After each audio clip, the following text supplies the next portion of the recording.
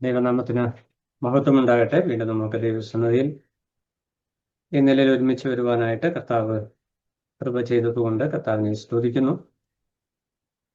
കഴിഞ്ഞ ക്ലാസ്സുകളിൽ വിശുദ്ധ ദൂതന്മാരും അവരുടെ പ്രവർത്തനങ്ങളും സംബന്ധിച്ച വിഷയമാണ് നമ്മൾ പഠിച്ചു വന്നത്.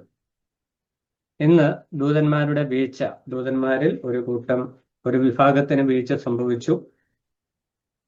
ആ വിഭാഗത്തെക്കുറിച്ചും അനന്തര വിഷയങ്ങളെക്കുറിച്ചും ചിന്തിക്കാമെന്നാണ് ഇന്ന് കർത്താവിൽ ആഗ്രഹിക്കുന്നത്. നമുക്കറിയാം, വീഴ്ച സംഭവിച്ച ദൂതൻ അല്ലെങ്കിൽ ദൂതന്മാർ എന്ന് പറയുന്നവരുടെ തലവനായിട്ട് നിൽക്കുന്നത് പിശാചാണ്. സാത്താൻ എന്നുള്ള വാക്ക് പുതിയ നിയമത്തിൽ നമ്മൾ ആവർത്തിച്ച് കാണുന്നുണ്ട്. എന്നാൽ പഴയ നിയമം നമ്മൾ ശ്രദ്ധിച്ചു പഠിക്കുമ്പോൾ സാത്താൻ എന്ന് പേരുള്ള ഒരു ദൂതനെ സൃഷ്ടിച്ചതായിട്ട് നമ്മൾ കാണുന്നില്ല. എന്നാൽ പുതിയ നിയമത്തിൽ സാത്താനെ കുറിച്ച് ധാരാളം പരാമർശം, പിശാച് എന്നുള്ള വാക്കുണ്ട്, സാത്താൻ എന്നുള്ള വാക്കുണ്ട്. ഇങ്ങനെ ആവർത്തിച്ച് പുതിയ നിയമത്തിൽ നമ്മൾ പരാമർശം കാണുന്നു. പഴയ നിയമത്തിലും ദൈവത്തിനെതിരെ പ്രവർത്തിക്കുന്ന പൈശാചിക ശക്തികൾ അല്ലെ ദൂതന്മാരെ കുറിച്ചുള്ള ചിന്തകൾ അല്ലെങ്കിൽ പരാമർശങ്ങളുണ്ട്. സാത്താൻ എന്നുള്ള വാക്ക് നമ്മൾ ഉൽപ്പത്തി പുസ്തകത്തിൽ തന്നെ കാണുന്നുണ്ട്. പക്ഷെ സാത്താൻ എന്ന പേരിൽ ദൈവദൂതനെ സൃഷ്ടിച്ചിട്ടില്ല. അവൻ പാപം ചെയ്തതിന് ശേഷം അവനെ ഐഡന്റിഫൈ ചെയ്യാൻ വേണ്ടിയാണ് ആ വാക്ക് ഉപയോഗിച്ചിരിക്കുന്നത് എന്ന് നമുക്ക് കാണുവാനായിട്ട് കഴിയും. അപ്പൊ ഇതിനകത്ത് സാത്താനെ ദൈവം അല്ലെ സാത്താൻ എപ്പോഴാണ് ആവിർഭവിക്കപ്പെട്ടത്, അല്ലെങ്കിൽ എപ്പോഴാണ് ഉരുവായത്, എപ്പോഴാണ്, അല്ലെങ്കിൽ ദൂതൻ അല്ലെങ്കിൽ ദൈവദൂതനായിരിക്കുന്ന ആ വ്യക്തി എപ്പോഴാണ് ലൂസിഫർ എന്ന് നമ്മൾ വിളിക്കുന്നു. അപ്പം ഈ ഒരു വ്യക്തി എപ്പോഴാണ് പാപം ചെയ്തത്, എന്താണ് ശരിയായ പാപം, ഈ വിഷയമൊന്നും വ്യക്തമായിട്ട് വചനം പറയുന്നില്ല. ചില കാര്യങ്ങൾ ദൈവവചനം അങ്ങനെയാണ് നമുക്ക് വെളിപ്പെടുത്തി തരുന്നത്. അതുകൊണ്ട് നമുക്ക് ആ നിലയിൽ കാണുവാനായിട്ട് കഴിയില്ല. അപ്പൊ വെളിപ്പെടുത്തപ്പെട്ടിരിക്കുന്ന വിഷയങ്ങളുടെ അടിസ്ഥാനത്തിൽ നിന്നുകൊണ്ട് നമ്മൾക്ക് ആ വിഷയങ്ങൾ മനസ്സിലാക്കി മുമ്പോട്ട് പോകുവാനായിട്ട് സാധിക്കുകയുള്ളൂ. ആ നിലയിൽ മനസ്സിലാക്കുവാനാണ് ദൈവം കാര്യങ്ങൾ വിഭാവനം ചെയ്തിരിക്കുന്നത്. കാരണം മറിഞ്ഞിരിക്കുന്ന കാര്യങ്ങൾ യഹോവയ്ക്കുള്ളതാണ്. മനുഷ്യൻ മനസ്സിലാക്കേണ്ട കാര്യങ്ങൾ മതിയായ ഇൻഫർമേഷനോട് കൂടി വെളിപ്പെടുത്തിയിട്ടുണ്ട്. ആ ബോധ്യത്തിൽ മുന്നോട്ട് പോകാം എന്നുള്ളത് തന്നെയാണ് ഈ വിഷയത്തോടുള്ള ബന്ധത്തിൽ നമുക്ക് മനസ്സിലാക്കുവാനായിട്ട് സാധിക്കുക. പാപം ചെയ്ത ദൂതന്മാരുടെ തലവന് സാത്താൻ എന്ന് നമുക്ക് ഒരു ലീഡർ എന്നുള്ള നിലയിൽ നമുക്ക് മനസ്സിലാക്കുവാൻ കഴിയുന്നത് സാത്താനെയാണ്. ബൈബിളിൽ 2 വേദഭാഗങ്ങളിൽ കൃത്യമായിട്ട് ഇത് സാത്താനാണ് എന്ന് പറയുന്നില്ലെങ്കിലും ഒരു സാദൃശ്യമായിട്ട് ഒരു രാജാവിനോട് ബന്ധപ്പെട്ടാണ് ഈ വിഷയം പറയുന്നത്. അപ്പോൾ ദൂതന്മാരുടെ വീഴ്ചയുടെ കേന്ദ്ര വിഷയം പിശാചായതുകൊണ്ട് ചുരുക്കമായിട്ട് ആ വിഷയത്തെക്കുറിച്ച് ഒന്ന് ടച്ച് ചെയ്തിട്ട് നമ്മൾ മുന്നോട്ട് ദൂതന്മാരുടെ അല്ലെങ്കിൽ വീഴ്ച സംഭവിച്ച ദൂതന്മാരുടെ പ്രവർത്തന മണ്ഡലങ്ങളിലേക്ക് നമ്മൾ കടന്നു പോകും. യെശയ്യാ പ്രവചനം 14-ാം അധ്യായം 12 തൊട്ട് 16 വരെയും, യെശയ്യാ പ്രവചനം 14-ാം അധ്യായം 12 തൊട്ട് 16 വരെ, അതുപോലെ യെഹെസ്കേൽ പ്രവചനം 28-ന്റെ 11 മുതൽ 18 വരെ, ഈ 2 വേദഭാഗങ്ങളിൽ യെശയ്യാ പ്രവചനത്തിൽ ബാബേൽ രാജാവിനോട് ബന്ധപ്പെട്ടും യെഹെസ്കേൽ പ്രവചനത്തിൽ സോർ രാജാവിനോട് ബന്ധപ്പെട്ടുമാണ് ഈ ഒരു പരാമർശം വരുന്നത്. എന്നാൽ ആ വേദഭാഗത്ത് വിവരിച്ചിരിക്കുന്ന വിഷയങ്ങളെ നമ്മൾ ശ്രദ്ധിച്ച് പഠിച്ചു വരുമ്പോൾ ഒരു മാനുഷിക രാജാവിനോടുള്ള ബന്ധത്തിൽ നടക്കുന്ന ഒരു വിഷയങ്ങളല്ല അവിടെ രേഖപ്പെടുത്തി വെച്ചിരിക്കുന്നത്. കേവലം ഒരു ബാബേൽ രാജാവിനോട് ബന്ധപ്പെട്ട് പറയുന്നു. നമ്മൾ ആ ചാപ്റ്റർ മുഴുവനായിട്ട് വായിക്കുമ്പോൾ ബാബേൽ രാജാവ് എന്ന് അഭിസംബോധന ചെയ്ത് സംസാരിക്കുമ്പോൾ തന്നെ ബാബേലിൽ ഒരു രാജാവിനെ ബന്ധപ്പെട്ട് മാത്രം ഇരിക്കുന്ന ഒരു വിഷയമായിട്ടല്ല, അല്ലെങ്കിൽ ആ ക്വാളിറ്റീസ് എല്ലാം ഉള്ള ഒരു ബാബേൽ രാജാവ് ഉണ്ടായിരുന്നു എന്ന് ചിന്തിക്കുവാൻ ചരിത്ര രേഖകളും ഇല്ല. എന്നാൽ ബൈബിളില് പല കാര്യങ്ങളെയും വെളിപ്പെടുത്തുവാനായിട്ട് സാദൃശ്യങ്ങളും ഉപമകളും ഉപമാനങ്ങളും ഉപയോഗിച്ചിരിക്കുകൊണ്ട് ഒരു രാജാവിനോട് ബന്ധപ്പെട്ട് ഈ വിഷയങ്ങൾ വെളിപ്പെടുത്തി തരുന്നു എന്ന് നമുക്ക് മനസ്സിലാക്കാം. ഇവിടെ ഈ വിഷയം ഈ 2 വേദഭാഗങ്ങളിൽ വിഷയം വെളിപ്പെടുത്തി വരുമ്പോൾ ദൈവ സൃഷ്ടികളായിരിക്കുന്ന ദൂതന്മാരിൽ നമ്മൾ കഴിഞ്ഞ ക്ലാസ്സുകളിൽ കണ്ടു പല കാറ്റഗറീസ് ഉണ്ട്. കെരൂബുകളുണ്ട്, സാറാഫുകളുണ്ട്. അവർ തമ്മിൽ തേജസ്സിൽ വ്യത്യാസമുണ്ട്. സ്ഥാനീയ പദവികളിൽ അവരുടെ ശുശ്രൂഷകളിലൊക്കെ അന്തരങ്ങളുണ്ട്. ചിലർ സ്വർഗത്തിൽ മാത്രം ശുശ്രൂഷ ചെയ്യുന്നു, ചിലർ സ്വർഗത്തിലും ഭൂമിയിലും ശുശ്രൂഷ ചെയ്യുന്നു, ചിലർ മനുഷ്യരോട് സമ്പാദിക്കുന്നു, ചിലർ സൈന്യങ്ങളുടെ ചുമതല വഹിക്കുന്നു, ചിലര് ദൈവത്തിന്റെ വാഹകരായിട്ടല്ല ദൈവ തേജസ്സിനെ വഹിക്കുന്നവരായിട്ട് നിൽക്കുന്നു. ആ കൂട്ടത്തിൽ ഏറ്റവും പ്രധാനപ്പെട്ട ഒരു കാറ്റഗറിയാണ് കെരൂബ് എന്ന് നമ്മൾ കണ്ടു. സമാഗമന കൂടാരത്തിലും അതുപോലെ തന്നെ യെശയ്യാ പ്രവചനത്തിൽ ദൈവമഹത്വം കാണുന്ന സ്ഥാനത്ത് ഈ കെരൂബുകളുടെ മേൽ വസിക്കുന്ന അല്ലെ കെരൂബുകളുടെ മേൽ സഞ്ചരിക്കുന്ന ദൈവ തേജസ് അല്ലെ ദൈവിക മഹത്വത്തെ നമ്മൾ അവിടെ കാണുകയുണ്ടായി. അപ്പോൾ ഇവിടെ യെഹെസ്കേൽ പ്രവചനം 28-ാം അധ്യായത്തിലേക്ക് വരുമ്പോൾ അവിടെ വളരെ വ്യക്തമായിട്ട് പറയുന്ന ഒരു പ്രയോഗമുണ്ട്. ഇദ്ദേഹം ചിറക് വിടർത്തി വഹിക്കുന്ന കെരൂബായിരുന്നു. ഈ രാജാവിനെ കുറിച്ച് അങ്ങനെയാണ് പറയുന്നത്. എന്നാൽ ദൈവത്തിന് കെരൂബ് എന്ന് പറയുന്നത് ദൂതന്മാരുടെ ഗണത്തിലുള്ള ആളാണെന്ന് നമുക്കറിയാം. അപ്പൊ ഭൂമിയിലെ ഒരു രാജാവ് ദൈവഗണത്തില് കെരൂബായിട്ട് വർക്ക് ചെയ്യുന്നില്ല എന്നുള്ള കാര്യം നമുക്ക് മനസ്സിലാക്കുവാനായിട്ട് കഴിയും. അപ്പോൾ ഇവിടെ കെരൂബ് എന്ന് പറയുന്ന ഒരു ദൂതൻ അല്ലെങ്കിൽ കെരൂബായിരിക്കുന്ന കെരൂബ് ഗണത്തിൽപ്പെട്ടിരിക്കുന്ന ഒരു ദൂതനാണ് ദൈവത്തിനെതിരെ മത്സരിച്ചിരിക്കുന്നത് എന്ന് കാണുവാനായിട്ട് കഴിയും. അവിടെ യെശയ്യാ പ്രവചനത്തെ നമ്മൾ വായിക്കുമ്പോൾ തന്റെ വീഴ്ചയ്ക്ക് ഉണ്ടായിരിക്കുന്ന കാരണത്തെ ഒറ്റ വാക്കിൽ അവിടെ വെളിപ്പെടുത്തുന്നുണ്ട്. എന്തുകൊണ്ടാണ് താൻ വീണുപോയത്? അവിടെ നമ്മളിങ്ങനെ വായിക്കുന്നുണ്ട് 13-ാം വാക്യത്തില്, യെശയ്യാ പ്രവചനം 14:13, ഞാൻ സ്വർഗത്തിൽ കയറും, എന്റെ സിംഹാസനം ദൈവത്തിന്റെ നക്ഷത്രങ്ങൾക്ക് മീതെ വഹിക്കും. അപ്പൊ ദൈവത്തെക്കാൾ മഹത്വകരമായ ഒരു സ്ഥാനത്തേക്ക് അല്ലെ ദൈവത്തിന്റെ ദൈവം എന്നുള്ള നിലയിലേക്ക് ഉയരുക എന്നുള്ള ഒരു ആറ്റിറ്റ്യൂഡ്, ഒരു മനോഭാവം ആ കെരൂബിന്റെ ഹൃദയത്തിൽ ഉണ്ടാകുന്നു. യെഹെസ്കേൽ പ്രവചനത്തിലേക്ക് വരുമ്പോൾ കുറച്ചുകൂടി വ്യക്തമായിട്ട് ആ വിഷയം പറയുന്നുണ്ട്. അത് സോർ രാജാവിനോട് ബന്ധപ്പെട്ട് പറയുന്നുവെങ്കിലും സാത്താന്റെ ഉൽപ്പത്തിയോടുള്ള ബന്ധത്തിൽ വളരെ പ്രധാനപ്പെട്ട അല്ലെങ്കിൽ സാത്താന്റെ വ്യക്തിത്വം അല്ലെങ്കിൽ എന്തുകൊണ്ട് ഒരു വീഴ്ച സംഭവിച്ചു എന്ന വിഷയത്തിൽ നമുക്ക് വ്യക്തമായിട്ട് ചില സൂചനകൾ തരുന്ന വേദഭാഗമാണ് യെഹെസ്കേൽ പ്രവചനം. 28-ാം അധ്യായം അതിന്റെ 11 മുതൽ 19 വരെയുള്ള വാക്യങ്ങളിൽ ആ വിഷയമാണ് വിശദീകരിച്ച് വരുന്നത്. അതിൽ 12-ാം വാക്യത്തിൽ വരുമ്പോൾ അവിടെ പറയും, നീ മാതൃകാ മുദ്രയാകുന്നു, നീ ജ്ഞാനസമ്പൂർണനും സൗന്ദര്യ സമ്പൂർണനും തന്നെ. പിന്നെ അവന്റെ സൃഷ്ടിയെക്കുറിച്ച് പറയുമ്പോൾ താമ്രമണി, പീതരത്നം, വജ്രം, പുഷ്പരാഗം, ഗോമേതകം, സൂര്യകാന്തം, നീലക്കല്ല്, മാണിക്യം, മരതകം മുതലായ സകല രത്നങ്ങളും നിന്നെ മൂടിയിരുന്നു. അപ്പോൾ കെരൂബുകളിൽ ശ്രേഷ്ഠതയുള്ള ഒരു കെരൂബാണ് ഇത്. അപ്പൊ സൗന്ദര്യ സമ്പൂർണൻ, ഇവിടെ രണ്ട് വിഷയങ്ങളാണ് ഈ വേദഭാഗത്ത് പറഞ്ഞത്. ഒന്ന് സൗന്ദര്യ സമ്പൂർണൻ, രണ്ട് ജ്ഞാനത്തിൽ സമ്പൂർണൻ. ദൂതന്മാർക്കൊക്കെ ജ്ഞാനമുണ്ട് എന്ന് നമ്മൾ കഴിഞ്ഞ ക്ലാസ്സിൽ ചിന്തിച്ചു. പരിജ്ഞാനമുള്ളവരാണ് ദൂതന്മാര്. എന്നാൽ ഈ കെരൂബിന്റെ പ്രത്യേകത, ഇവൻ സൗന്ദര്യ സമ്പൂർണനുമാണ്, ജ്ഞാനസമ്പൂർണനുമാണ്. പിന്നെ അവനെ ഉണ്ടാക്കിയിരിക്കുന്നതിൽ തന്നെ ചില പ്രത്യേകതകൾ ഉണ്ടായിരുന്നു. അവന്റെ സൃഷ്ടി അല്ലെ അവന്റെ ആടയാഭരണങ്ങളിൽ എന്ന് വേണം നമുക്ക് ഒറ്റ വാക്കിൽ പറയാം. അവനെ സൃഷ്ടിച്ച ആ ഒരു അവന്റെ ഗ്ലോറി, അവന്റെ മഹത്വം എന്ന് പറയുന്നത് വളരെ ഏറ്റവും വിലപിടിപ്പുള്ള ഭൂമിയിലുള്ള കല്ലുകളെ അല്ലെങ്കിൽ ആ വസ്തുക്കളെയാണ് അവിടെ ഉപയോഗിച്ചിരിക്കുന്നത്. അതിന്റെ 14-ാം വാക്യത്തിൽ വരുമ്പോൾ നീ ചിറക് വിടർത്തി മറയ്ക്കുന്ന കെരൂബ് ആകുന്നു. അവിടെ വ്യക്തമായിട്ട് കെരൂബാണ് എന്നുള്ള വിഷയം എടുത്തു പറയുന്നു. എന്നിട്ട് പറഞ്ഞു, നീ അഗ്നിമയ രഥങ്ങളുടെ മധ്യേ സഞ്ചരിച്ചു പോന്നു. അപ്പോൾ ഈ സ്വർഗീയ ദൂതഗണത്തിൽ വളരെ ശ്രേഷ്ഠമായിരിക്കുന്ന ഒരു പദവിയുള്ള ഒരു ദൂതനായിരുന്നു ഈ വ്യക്തി എന്ന് നമുക്ക് മനസ്സിലാക്കുവാനായിട്ട് കഴിയും. എന്നാൽ അവിടെ ദൈവത്തിന്റെ ആത്മാവ് എടുത്തു പറയുന്ന വിഷയം 15-ാം വാക്യത്തിൽ വരുമ്പോൾ, നിന്നെ സൃഷ്ടിച്ച നാൾ മുതൽ നിങ്ങൾ നീതികേട് കണ്ടതുവരെ നീ നടപ്പിൽ നിഷ്കളങ്കനായിരുന്നു. 16-ാം വാക്യത്തിലേക്ക് വരുമ്പോൾ, നിന്റെ വ്യാപാരത്തിന്റെ പെരുപ്പം നിമിത്തം നിന്റെ അന്തർഭാഗം സാഹസം കൊണ്ട് നിറഞ്ഞു, നീ പാപം ചെയ്തു. ഇവിടെ വ്യാപാരം എന്ന് പറയുന്നത് സ്വർഗത്തിൽ എന്തെങ്കിലും കച്ചവടമുണ്ട് എന്നുള്ള ആശയത്തിലല്ല. അവിടെ വ്യാപാരം എന്ന് ഉദ്ദേശിക്കുന്നത് തൻ്റെ കഴിവുകൾ, ശുശ്രൂഷകൾ, തനിക്ക് ദൈവസന്നിധിയിൽ ഉണ്ടായിരുന്ന ദൗത്യങ്ങൾ. നമുക്കറിയാം, ഇത്രയും ഗ്ലോറിയസ് ആയിട്ടുള്ള ഒരു കെരൂബിനെ നമുക്ക് സ്വാഭാവികമായിട്ടും ചിന്തിക്കാം ദൈവം തന്റെ ഏറ്റവും വിശ്വസ്തനായ, ഏറ്റവും ദൈവത്തിനു വേണ്ടി പ്രയോജനപ്പെടത്തക്ക നിലയിൽ യുണീക്കായിട്ട് സൃഷ്ടിച്ച ഒരു കെരൂബായിരുന്നു എന്ന് നമുക്ക് മനസ്സിലാക്കുവാനായിട്ട് കഴിയും. ആ കെരൂബ് തൻ്റെ ശുശ്രൂഷകളുടെ പെരുപ്പ് നിമിത്തം, തൻ്റെ സ്ഥാനത്തിന്റെ മഹത്വം നിമിത്തം, തൻ്റെ സൗന്ദര്യത്തിന്റെ മഹത്വം നിമിത്തം, തൻ്റെ ജ്ഞാനത്തിന്റെ മഹത്വം നിമിത്തം ദൈവത്തോട് മറുതെളിക്കുന്നു. അതിന്റെ 17-ാം വാക്യത്തിലേക്ക് വരുമ്പോൾ വളരെ വ്യക്തമായിട്ട് പറയുകയാണ്, നിന്റെ സൗന്ദര്യം നിമിത്തം നിന്റെ ഹൃദയം നിഗളിച്ചു അല്ലെ ഗർവിച്ചു, നിന്റെ പ്രഭ നിമിത്തം നീ നിന്റെ ജ്ഞാനത്തെ വഷളാക്കി. ഈ രണ്ട് കാര്യങ്ങളാണ് ദൂതന്മാരുടെ വീഴ്ചയ്ക്ക് ഒരു പതനമായിട്ട് നിൽക്കുന്നത്.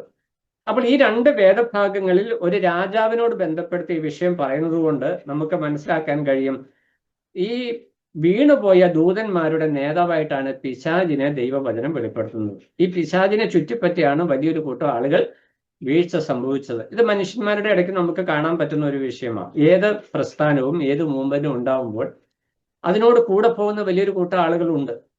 ഇവിടെ 1/3 ദൂതന്മാരുടെ 1/3 സംഖ്യ വീണുപോയെന്ന വെളിപ്പാട് പുസ്തകത്തിലേക്ക് നമ്മൾ വരുമ്പോൾ അവിടെ 1/3 വീണുപോയി എന്നൊരു കണക്കുള്ള ഒരു ഏകദേശ കണക്ക് നമുക്ക് മനസ്സിലാക്കാൻ വേണ്ടി, അതായത് ദൈവ സൃഷ്ടിയുടെ ദൂതന്മാരുടെ ഗണത്തിൽ 1/3 പിശാചിന്റെ കൂടെ ദൈവത്തിനെതിരെ മത്സരിക്കുവാനായിട്ട് ഇടയായി.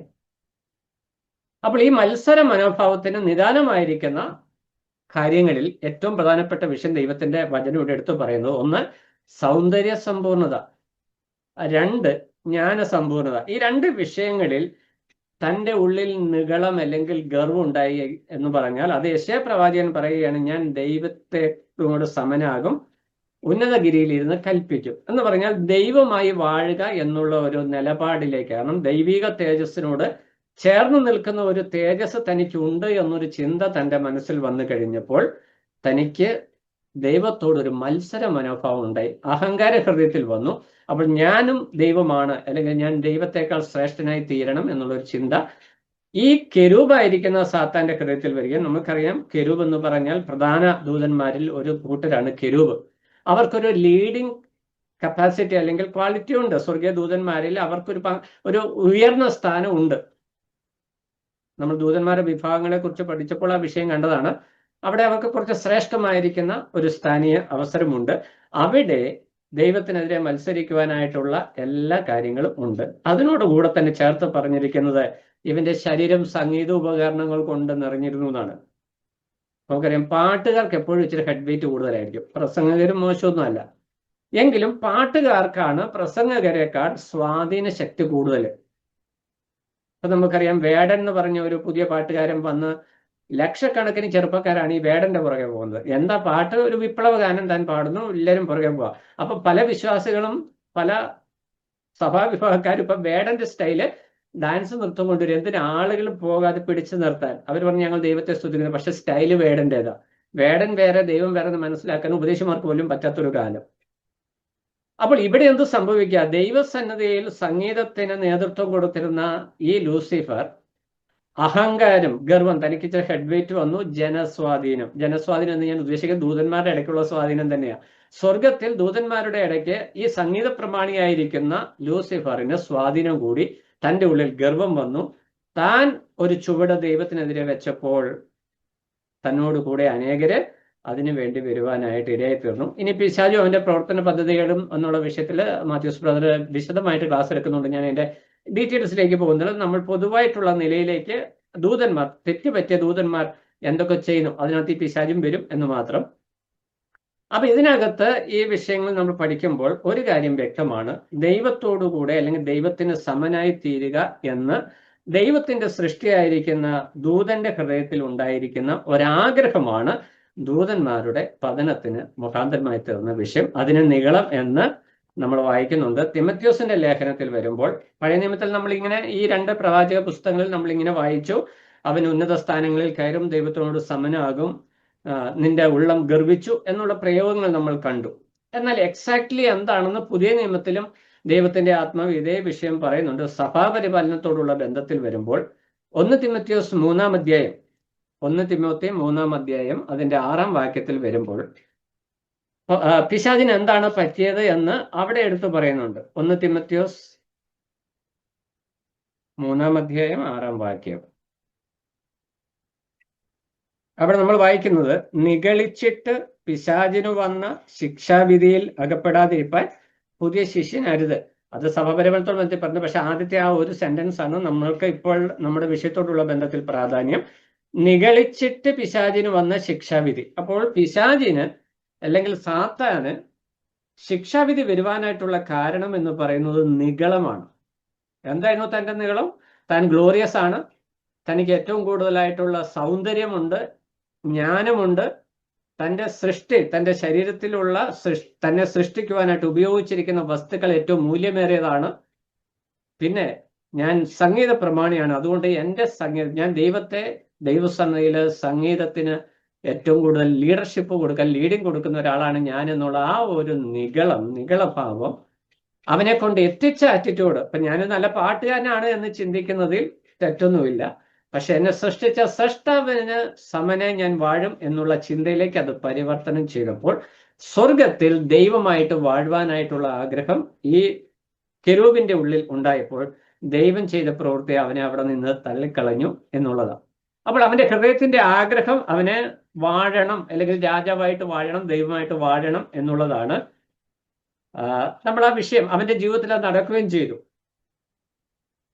അപ്പൊ പിശാചിനെ കുറിച്ച് നമ്മൾ പഠിക്കാനുള്ള കാരണം ഇത് തന്നെയാണ്. കാരണം അവനൊരു വാഴ്ചക്കാരനായതുകൊണ്ടാണ്, അധികാരി ആയതുകൊണ്ടാണ്, അവനൊരു വലിയൊരു സംഘത്തിന്റെ നേതാവായി നിൽക്കുന്നത് കൊണ്ട് നമ്മൾ അവനെ കുറിച്ച് പഠിക്കണം.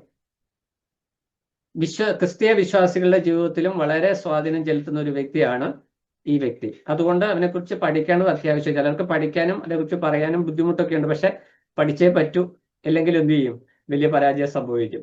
ഇവിടെ 1 യോഹന്നാൻ 5-ാം അധ്യായം 19-ാം വാക്യത്തിൽ വരുമ്പോൾ അവൻ സ്വർഗത്തിൽ വാഴുവാനായിട്ട് അവൻ ആഗ്രഹിച്ചെങ്കിലും അവന് വാഴുവാൻ ഒരു ഇടം കിട്ടി എന്നുള്ള കാര്യമാണ് ദൈവവചനം വെളിപ്പെടുത്തുന്നത്. 1 യോഹന്നാൻ 5-ാം അധ്യായം 19-ാം വാക്യത്തിൽ പറയുന്നത് സർവ്വലോകവും ദുഷ്ടന്റെ അധീനതയിൽ കിടക്കുന്നു. ദുഷ്ടൻ എന്ന് പറഞ്ഞാൽ പിശാചിനെ കുറിച്ചല്ല, സാത്താനെ കുറിച്ചാണ് പറയുന്നത്. അപ്പൊ സർവ്വലോകവും ദുഷ്ടന്റെ അധീനതയിൽ കിടക്കുക. അപ്പോൾ ഇനി എന്തുകൊണ്ട് അത് സംഭവിച്ചു? അപ്പോൾ സർവ്വലോകം എന്ന് ഉദ്ദേശിക്കുന്നത് ഭൂമിയെക്കുറിച്ചാണ്, അല്ലെ പ്രപഞ്ചത്തെക്കുറിച്ചാണ് നമുക്കറിയാം.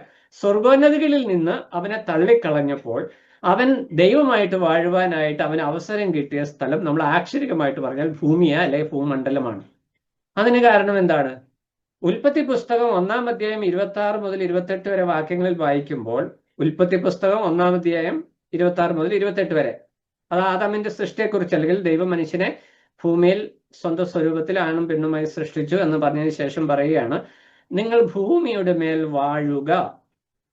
അവിടെ 3 പ്രാവശ്യം എടുത്തു പറയുന്നുണ്ട് വാഴുവിൻ. നിങ്ങൾ ഭൂമിയിൽ സസ്യങ്ങളിൽ മേലും മൃഗങ്ങളിൽ മേലും സകല ഭൂചര ജന്തുവിന്മേലും വാഴുവിൻ.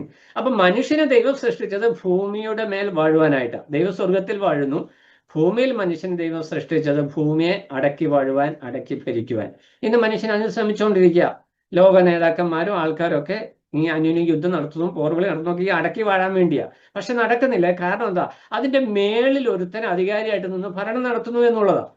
അപ്പോൾ ഇവിടെ സ്വർഗത്തിൽ ദൈവമായിട്ട് വാഴുവാൻ ആഗ്രഹിച്ച വ്യക്തി ഭൂമിയിൽ ദൈവമായിട്ട് വാഴ, ഈ ലോകത്തിന്റെ പ്രഭു സുവിശേഷം കേൾക്കുന്നതിൽ നിന്ന്, അല്ലെങ്കിൽ സുവിശേഷ പ്രകാശനം ഉൾക്കൊള്ളുന്നതിൽ നിന്ന് ജനത്തിന്റെ കണ്ണുകളെ കുരുടാക്കി കളയുന്നു എന്ന് പൗലോസ് മുഖാന്തരം ദൈവത്തിന്റെ ആത്മാവ് പറയുന്നുണ്ട്. അപ്പോൾ ഈ ലോകത്തിന്റെ ദൈവമായിട്ട് പിശാചിന് ഇന്ന് ഭൂമിയിൽ വാഴുവാനായിട്ടുള്ള കാരണം എന്ന് പറയുന്നത്, ഭൂമിയെ വാഴുവാനായിട്ട് ദൈവം സൃഷ്ടിച്ച് തന്റെ സ്വരൂപത്തിലും സാദൃശ്യത്തിലും സൃഷ്ടിച്ച് ഭൂമിയിലാക്കിയ മനുഷ്യൻ ആ തന്റെ നില കാത്തുകൊള്ളാതെ പിശാചിന്റെ വാക്കിന് ചെവി കൊടുത്തത് കൊണ്ട്, അവനെ പോലെ തന്നെ ഒരു താല്പര്യത്തിലേക്ക് വന്നതുകൊണ്ട് ദൈവം അവനെ ആ സ്ഥാനത്ത് നീക്കുകയും പിശാച് ആ സ്ഥാനത്ത് അധികാരിയായിട്ട് വരികയും ചെയ്തു. അപ്പൊ നമ്മുടെ വിശ്വാസ ജീവിതത്തിൽ വളരെ ശ്രദ്ധിക്കേണ്ട ഒരു വിഷയമാണ് ഈ വിഷയം. അതായത് നിഗളം കൊണ്ട് ഒരു വന്നു ഭവിച്ച ഒരു വിപത്ത് എന്ന് പറയുന്നത് സാത്താനെ സംബന്ധിച്ച്, അല്ലെങ്കിൽ കെരൂബായിരിക്കുന്ന ആ ദൈവത്തിന്റെ കെരൂബായിരുന്ന ലൂസിഫർ, അല്ലെങ്കിൽ ആ സാത്താൻ എന്ന് പറയുന്ന ആ ദൂതന് സംഭവിച്ചത് സ്വർഗോന്നതങ്ങളിൽ നിന്ന് തന്നെ അവിടെ നിന്ന് പുറത്താക്കി. മനുഷ്യൻ ഏദൻ തോട്ടത്തിൽ ദൈവത്താൽ കൽപ്പിതനായിട്ട് വന്ന് അവിടെ വാഴുവാനായിട്ട് ദൈവം ആക്കി വെച്ചു. അവിടെയും മനുഷ്യന്റെ ഹൃദയത്തിൽ പിശാച് കുത്തിവെച്ച ആഗ്രഹം എന്ന് പറയുന്നത് നിങ്ങൾ ദൈവത്തെ പോലെ ആകും എന്നുള്ളത്. അപ്പോൾ മനുഷ്യന്റെ ഹൃദയത്തിൽ ഉണ്ടായ ആഗ്രഹം ഇത് തന്നെയാ, എനിക്ക് ദൈവത്തെ പോലെ ആകണം. നമ്മുടെ ഒക്കെ ഹൃദയത്തിൽ ഓരോരോ ആഗ്രഹങ്ങളുണ്ട്. എനിക്ക് ഇന്നതുപോലെ ആകണം. നമ്മൾ ദൈവത്തെ പോലെ ആകണമെന്ന് എക്സാക്ട്ലി പറയുന്നില്ലെങ്കിലും, നമ്മുടെ സഭയിലാണെങ്കിലും ഞാൻ സഭയിൽ ഏറ്റവും വലിയ ആളാകണം, എല്ലാവരെക്കാട്ടിലും ടോപ്പിൽ നിൽക്കുന്ന ആളാകണം എന്നൊക്കെ ചിന്ത നമുക്കുണ്ട്. ഇതൊക്കെ ഈ സ്വഭാവത്തിൽ നിന്ന് വന്നു പെട്ടതാണ്. ദൈവം തന്നിരിക്കുന്ന സ്ഥാനത്ത് വിശ്വസ്തയോടെ ശുശ്രൂഷ ചെയ്യുക എന്നുള്ളതാണ് ദൂതന്മാർക്കുള്ള കർത്തവ്യം, മനുഷ്യർക്കുള്ള കർത്തവ്യം. അവരവരുടെ സ്ഥാനത്ത് നില കാത്തുകൊള്ളുക എന്നുള്ള പ്രയോഗം വചനത്തിൽ വ്യക്തമായിട്ട് നമ്മൾ കാണുന്നുണ്ട്. അപ്പോൾ സ്വർഗീയ ദൂതന്മാരിൽ ഒരു ഗണം ഈ നില കാത്തുകൊള്ളാതെ മുമ്പോട്ട് ചുവടുകൾ വെച്ചു ദൈവത്തോട് സമനാകുവാനായിട്ട് ശ്രമിച്ചതിന്റെ ഫലമാണ് ഭൂമിയിൽ, അതല്ലെങ്കിൽ പ്രപഞ്ചത്തിൽ പാപം കടന്നു വന്നത്. നമ്മൾ എഹെസ്കേൽ പ്രവചനത്തിൽ വായിക്കുമ്പോൾ, നിന്നിൽ തെറ്റ് കാണുന്നത് വരെ നീ നിഷ്കളങ്കനായിരുന്നു എന്ന് പറഞ്ഞാൽ അങ്ങനെ പറയാനുള്ള കാരണം എന്താ? ദൈവം വിശുദ്ധിയോടുകൂടി നിഷ്കളങ്കതയോടുകൂടിയാണ് ദൂതഗണത്തെ സൃഷ്ടിച്ചതെന്നാണ്. എന്നാൽ അതേ സമയത്ത് മനുഷ്യർക്ക് കൊടുത്തതുപോലെ തന്നെ അവർക്ക് എന്ത് ചെയ്തു? തിരഞ്ഞെടുപ്പിന്റെ സ്വാതന്ത്ര്യം എന്ന് പറഞ്ഞാൽ സ്വതന്ത്രമായി ചിന്തിക്കുവാനും സ്വതന്ത്രമായി പ്രവർത്തിക്കുവാനും ദൈവം നൽകിയ പരിജ്ഞാനത്തോളം ദൈവത്തെ സേവിക്കുവാനുമായിട്ടുള്ള കഴിവ്, ഇൻഡിപെൻഡൻസ് അവർക്ക് കൊടുത്തിരുന്നു. ആ സ്വാതന്ത്ര്യം, ക്രിസ്തുവിൽ ലഭിച്ചിരിക്കുന്ന സ്വാതന്ത്ര്യം പാപത്തിന് അവസരമാക്കരുത് എന്ന് നമ്മൾ കാണുന്നുണ്ട്. എന്ന് പറഞ്ഞതുപോലെ ദൈവത്തെ ആരാധിക്കുവാൻ, ദൈവത്തെ സേവിക്കുവാൻ അവർക്ക് പരിജ്ഞാന പൂർണ്ണത കൊടുത്തിരുന്നു. എന്ന് പറഞ്ഞാൽ സർവജ്ഞാനമല്ല, ദൈവത്തിനുള്ള സർവജ്ഞാനം അവർക്ക് കൊടുത്തില്ല, കാരണം ഒരു സൃഷ്ടിയാണ്. എന്നാൽ പരിജ്ഞാനത്തിന്റെ ഒരു പൂർണ്ണത അവർക്ക് കൊടുത്തു.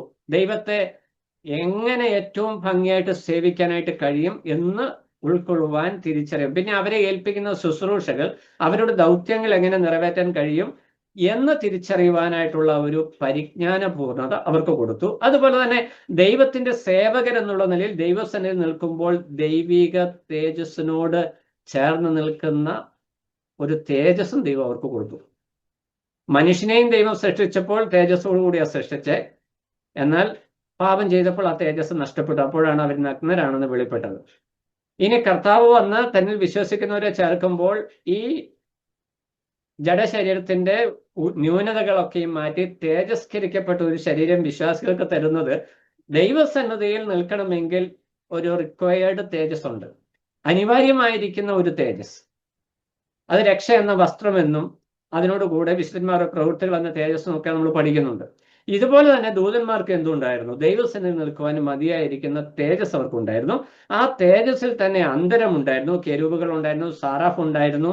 ഇവർക്കൊക്കെയും തേജസ്സിൽ വ്യത്യാസമുണ്ട്. അതിൽ കെരൂബുകൾ ദൈവ തേജസ്സിന്റെ വാഹകരായിരുന്നു, അല്ലെ ദൈവത്തിന്റെ തേജസ് വെളിപ്പെടുന്നത് ഇവരുടെ നടുവിലായിരുന്നു. കഴിഞ്ഞ ക്ലാസ്സിൽ നമ്മൾ ഓർപ്പിച്ച ആ ഗണത്തിൽപ്പെട്ട ഒരു കെരൂബായിരിക്കുന്ന കെരൂബ് അല്ലെങ്കിൽ ലൂസിഫർ ദൈവത്തോട് മത്സരിച്ചതുകൊണ്ട് അവന്റെ ഹൃദയത്തിൽ ഗർവുണ്ടായി. എന്താ ഗർവുണ്ടായത്?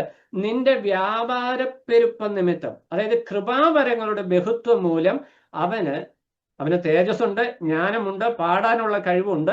അങ്ങനെ സർവാഭരണ വിഭൂഷിതനായിട്ട് നിൽക്കുമ്പോൾ മറ്റു ദൂതന്മാരെക്കാൾ, മറ്റു കെരൂബുകളെക്കാളൊക്കെ അപ്പൊ എനിക്ക് ദൈവത്തോടൊരു ഇക്വാലിറ്റി ഉണ്ട് എന്നൊരു ചിന്ത എപ്പോൾ ഇവന്റെ ഉള്ളിൽ ഉണ്ടായോ ആ നിമിഷം ദൈവം അവനെ ആ സ്ഥാനത്തു നിന്ന് നീക്കി. ഏതവന്റെ ശുശ്രൂഷ സ്ഥാനത്ത് നിന്ന് നീക്കി. പിന്നീട് നമ്മൾ കാണുമ്പോൾ സ്വർഗത്തിൽ പ്രവേശനം ഇവനുണ്ട് എന്നുള്ളത് നമ്മൾ ഓൾറെഡി കാണുന്നുണ്ട്. അപ്പോൾ ഈ ഇത്രയും വിഷയങ്ങളാണ് സാത്താന്റെ ആവിർഭാവത്തോടുള്ള ബന്ധത്തിൽ നമ്മൾ കാണുന്നത്. സാത്താനെ ദൈവം സൃഷ്ടിച്ചിട്ടില്ല, അല്ലെങ്കിൽ തിന്മയുടെ മൂർത്തിഭാവത്തെ ദൈവം സൃഷ്ടിച്ചിട്ടില്ല. ദൈവം അവനെ നിഷ്കളങ്കനായിട്ട്, നേരുള്ളവനായിട്ട്, വിശുദ്ധനായിട്ട്, തേജസ്സുള്ളവനായിട്ട് സൃഷ്ടിച്ചു.